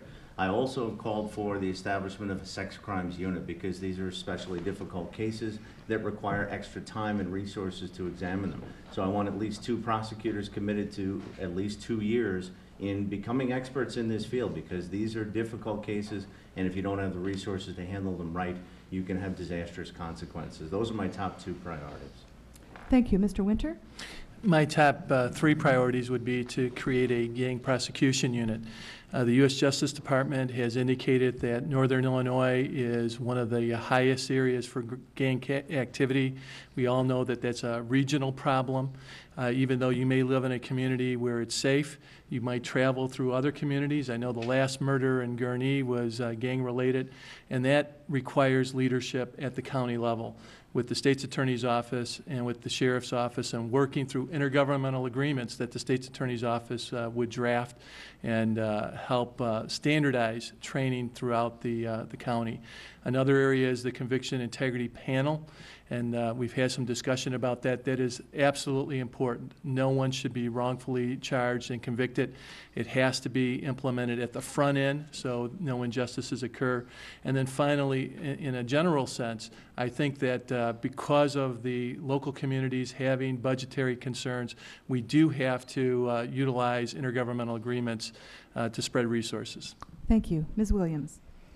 I think that one of the key issues is protecting the rights and the tax dollars of the citizens of Lake County by making sure that we're prosecuting the people who are actually committing the crimes, which includes not only, which includes in all of those cases where we know that someone has been wrongly prosecuted, going after the people who actually have committed those crimes, so they're not free to continue to commit crimes in our county and in others. I believe I saw an article last week where there's someone who's on trial for murder, and they're trying to give him the death penalty, and it's in a Collar County. I'm sorry, in another county, because it could be Cook. But they believe that this person, they're looking at him to try and see whether or not he had connection with one of the murders that was committed out here. So that would be one of the key issues, is making sure that we're prosecuting those people, looking at going through the office and looking at every area of the office, including, thank you. Thank you. Mr. Nierheim? First thing I want to work on is restoring the public's trust in the State's Attorney's Office and restoring the reputation of the Lake County State's Attorney's Office. It consists of a staff of fine attorneys who go to work every day seeking justice, and they don't deserve the reputation that they have, and you as citizens don't deserve that reputation. In my experience, handling cases as a prosecutor and a defense attorney and civil cases will allow me to bring that leadership experience to make those changes to help restore that reputation. The other proposal I have is to create a public integrity unit, which will actively investigate and prosecute those public officials who betray the public's trust. We were just voted the #1 most corrupt state in America, and that needs to change, and it changes right here in Lake County with going after public officials on both sides who betray your trust. And we need to actively and aggressively prosecute all crimes, including gang crimes, which are currently out of control in this county. Last week, a deputy's son was shot in the back in Waukegan for being in the wrong place at the wrong time, and that simply cannot happen. Thank you. Ms. Hayes? Thank you. Yes. There are a number of issues that need to be addressed in the State's Attorney's Office, and when you categorize it into top priorities, what are the top priorities as the top prosecutor? Obviously, the violent crimes need to be addressed. There are gang problems that we need to address and work more closely with law enforcement to work on those so that some of the agencies can share more of their information. The sex crimes that were mentioned earlier, we do have a sexual assault protocol that just went into place this January 1st. We in fact do have one assistant state's attorney his job is to prosecute sex offenses that are committed against children. He works through our Lake County Children's Advocacy Center, which is a program, a facility that's run out on Old Plain Road. My job as the top prosecutor, obviously, to implement a post-conviction review board, which we've already talked about, and that, I think, will help restore some of the reputation that has been lost. Above all, training all of our assistant state's attorney, top to bottom, in DNA and other matters. Thank you. Thank you. We're going into the summary portion right now. Each of your candidates has 60 seconds to summarize. They may certainly finish their sentence. And we begin now in reverse order, so we start with Mr. Nierheim. Well, thank you for being here, and thank you for hosting this forum and for listening to us. I encourage you all to continue to ask questions, continue to research all the candidates, and I think you'll find that I have by far the most relevant experience for this job. I'm proud of some of the recent endorsements I've earned, the Daily Herald, several retired judges, victims advocacy groups, prominent attorneys in Lake County, and the Lake County Sheriff's Department FOP. Why I'm proud of those endorsements is because they are reflective of the diversity of my experience. It's not just law enforcement that are endorsing me. It's not just the newspaper. It's, again, law enforcement, victims groups. It's the diversity of those endorsements that I'm proud of. And I look forward to serving you as your next state's attorney. I hope to earn your vote and to earn your support. Thank you. Ms. Williams? Oh, we're going backwards. The exact reverse. I did not mean to. No, catch you it's off fine. guard. It's fine. Well, thanks again, all of you, for coming here, for so patiently listening to us today.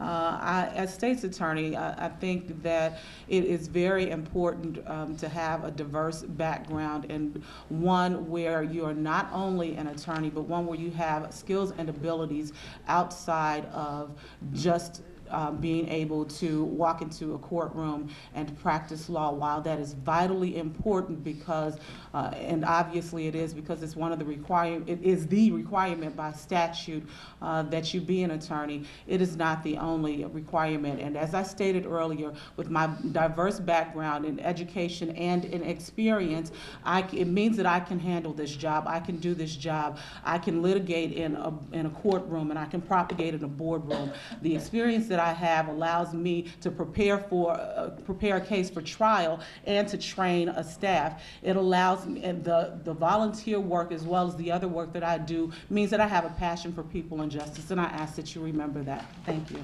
Thank you. Mr. Winter. Thank you. I think everyone does understand that leadership is needed in the role of state's attorney. Of all the candidates, I've had the opportunity the last 7 years to be the chief legal officer of Gurnee, a village that has approximately 240 employees.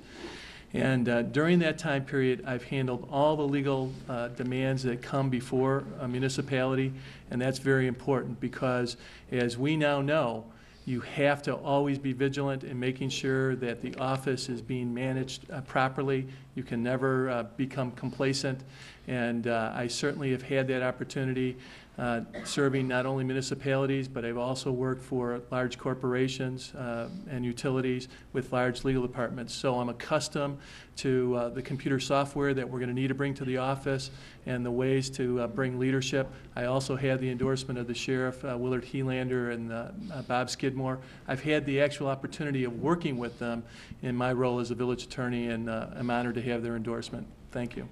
Thank you. Mr. Kennedy. Thank you. I believe the State's Attorney's Office of Lake County can and should be a model for other prosecutors' offices around the country. I think the potential is there, but we need leadership, and we need to confront the issues that we face head on and not brush them under the rug or consider that good enough is good enough. I think that I have a track record of leadership and bold reform of actually taking on tough things, and this is a very tough enterprise, but it's going to have to be confronted head on. My experience not only as a felony prosecutor, not only as a civil attorney in just about every kind of case a state's attorney is likely to encounter, but also as an advocate for the most vulnerable in our society. I've changed the law in our state in many different ways, but our family has also been on the victim side of things. And I think I've got the motivation and experience from that perspective that will allow me to make the changes that are needed to be made to make this office what it can become. I hope I'll have your support in this, and I thank you for listening. Thank you. Mr. Matthews. Thank you. I have three great loves. I love my wife, I love my children, and I love serving and protecting you. I love being a prosecutor. I told you earlier, I'm a crime fighter. I do that every day of my life. I never quit and I never fail. I do that because I know that there's a great need for my abilities and what I do. I have an endorsement too. I get endorsed every time by a little child who thanks me for prosecuting the case. I get endorsed every time a mother tells me, thank you for prosecuting the guy who murdered my husband, or a husband who said, thank you for prosecuting the guy who murdered my wife. I get endorsed by them every day of my life. I worked tirelessly to work up the ladder, from ground one all the way to the top. And by doing that, I understand what needs to be done in the State's Attorney's Office. There's no substitute for hard work. And if you want somebody who you can depend on, look at my experience, look at my dedication, look at my commitment, and you will know that I am the right fit for the State's Attorney's Office. I am the voice for justice. Thank you. Thank you. Ms. Hayes. Thank you. Leadership comes when people know what you are committed to. I have spent the last 22 years working in the State's Attorney's Office in almost every division of our office. I'm not coming to you telling you that I'm a criminal defense attorney, because I'm not. I'm not a personal injury lawyer. I don't work in the bankruptcy courts. I have spent my life passionate about what I do, serving the people of Lake County, representing the victims, and seeking justice. I have the most and the best experience to run this office. I know it from top to bottom. I know what works, I know the problems, and I know where to fix them. 20 years, think if you've done something that long and how well you know it. I submit to you that I will be a strong leader for this county, and I will fix our problems. I'm asking that you remember that and vote for me on March 20th. Thank you so much. Thank you. The candidates have agreed to sit for a minute, so if the very first thing we could do is give them a big round of applause.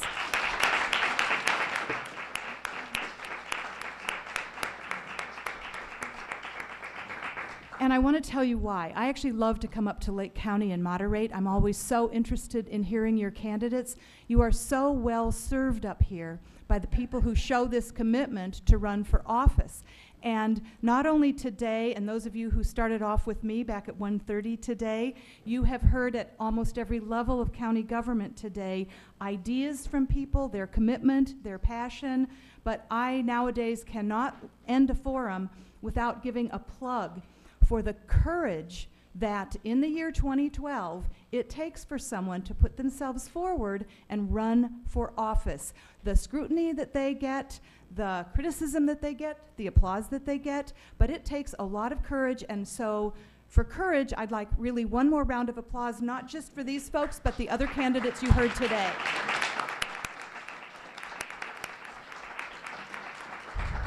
It took a lot to put this on. People often hear me say that we in the league say we roll up our sleeves and we do the hands-on work of democracy. This is democracy in action. Somebody made sure that the cable folks were here today. They made the tent cards. They were our timekeepers. They did the cards. They prepared the cards. They got in touch with the media. They communicated with the candidates. But not only that, your local leagues, and a number of them have pulled together for today. So this was the Leagues of Women Voters of Deerfield, Highland Park Highwood, and the Lake Forest, Lake Bluff area. They register voters. They put on educational forums, and I know that Jane is going to tell us about one in just a second.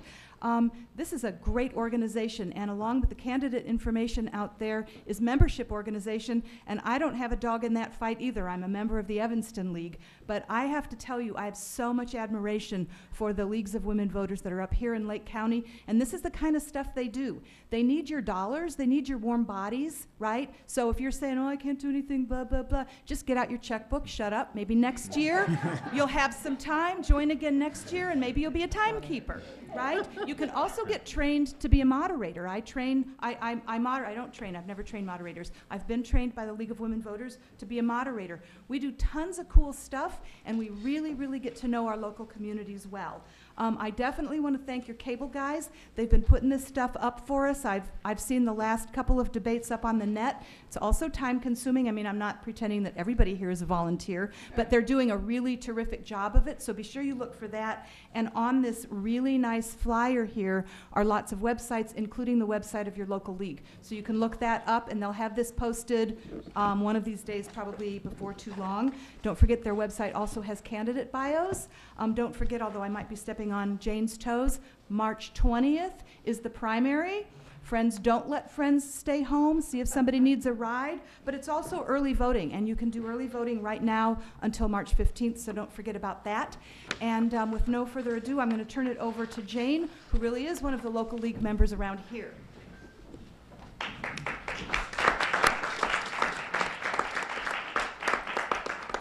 Well, I definitely want you to all get out and vote, but 2 days later, I want you to come to our program entitled Our Water in Peril. And we're going to have a very fine panel. It's going to be at Gorton Community Center. So please, all of you come out, because water will be more serious than oil. Thank you.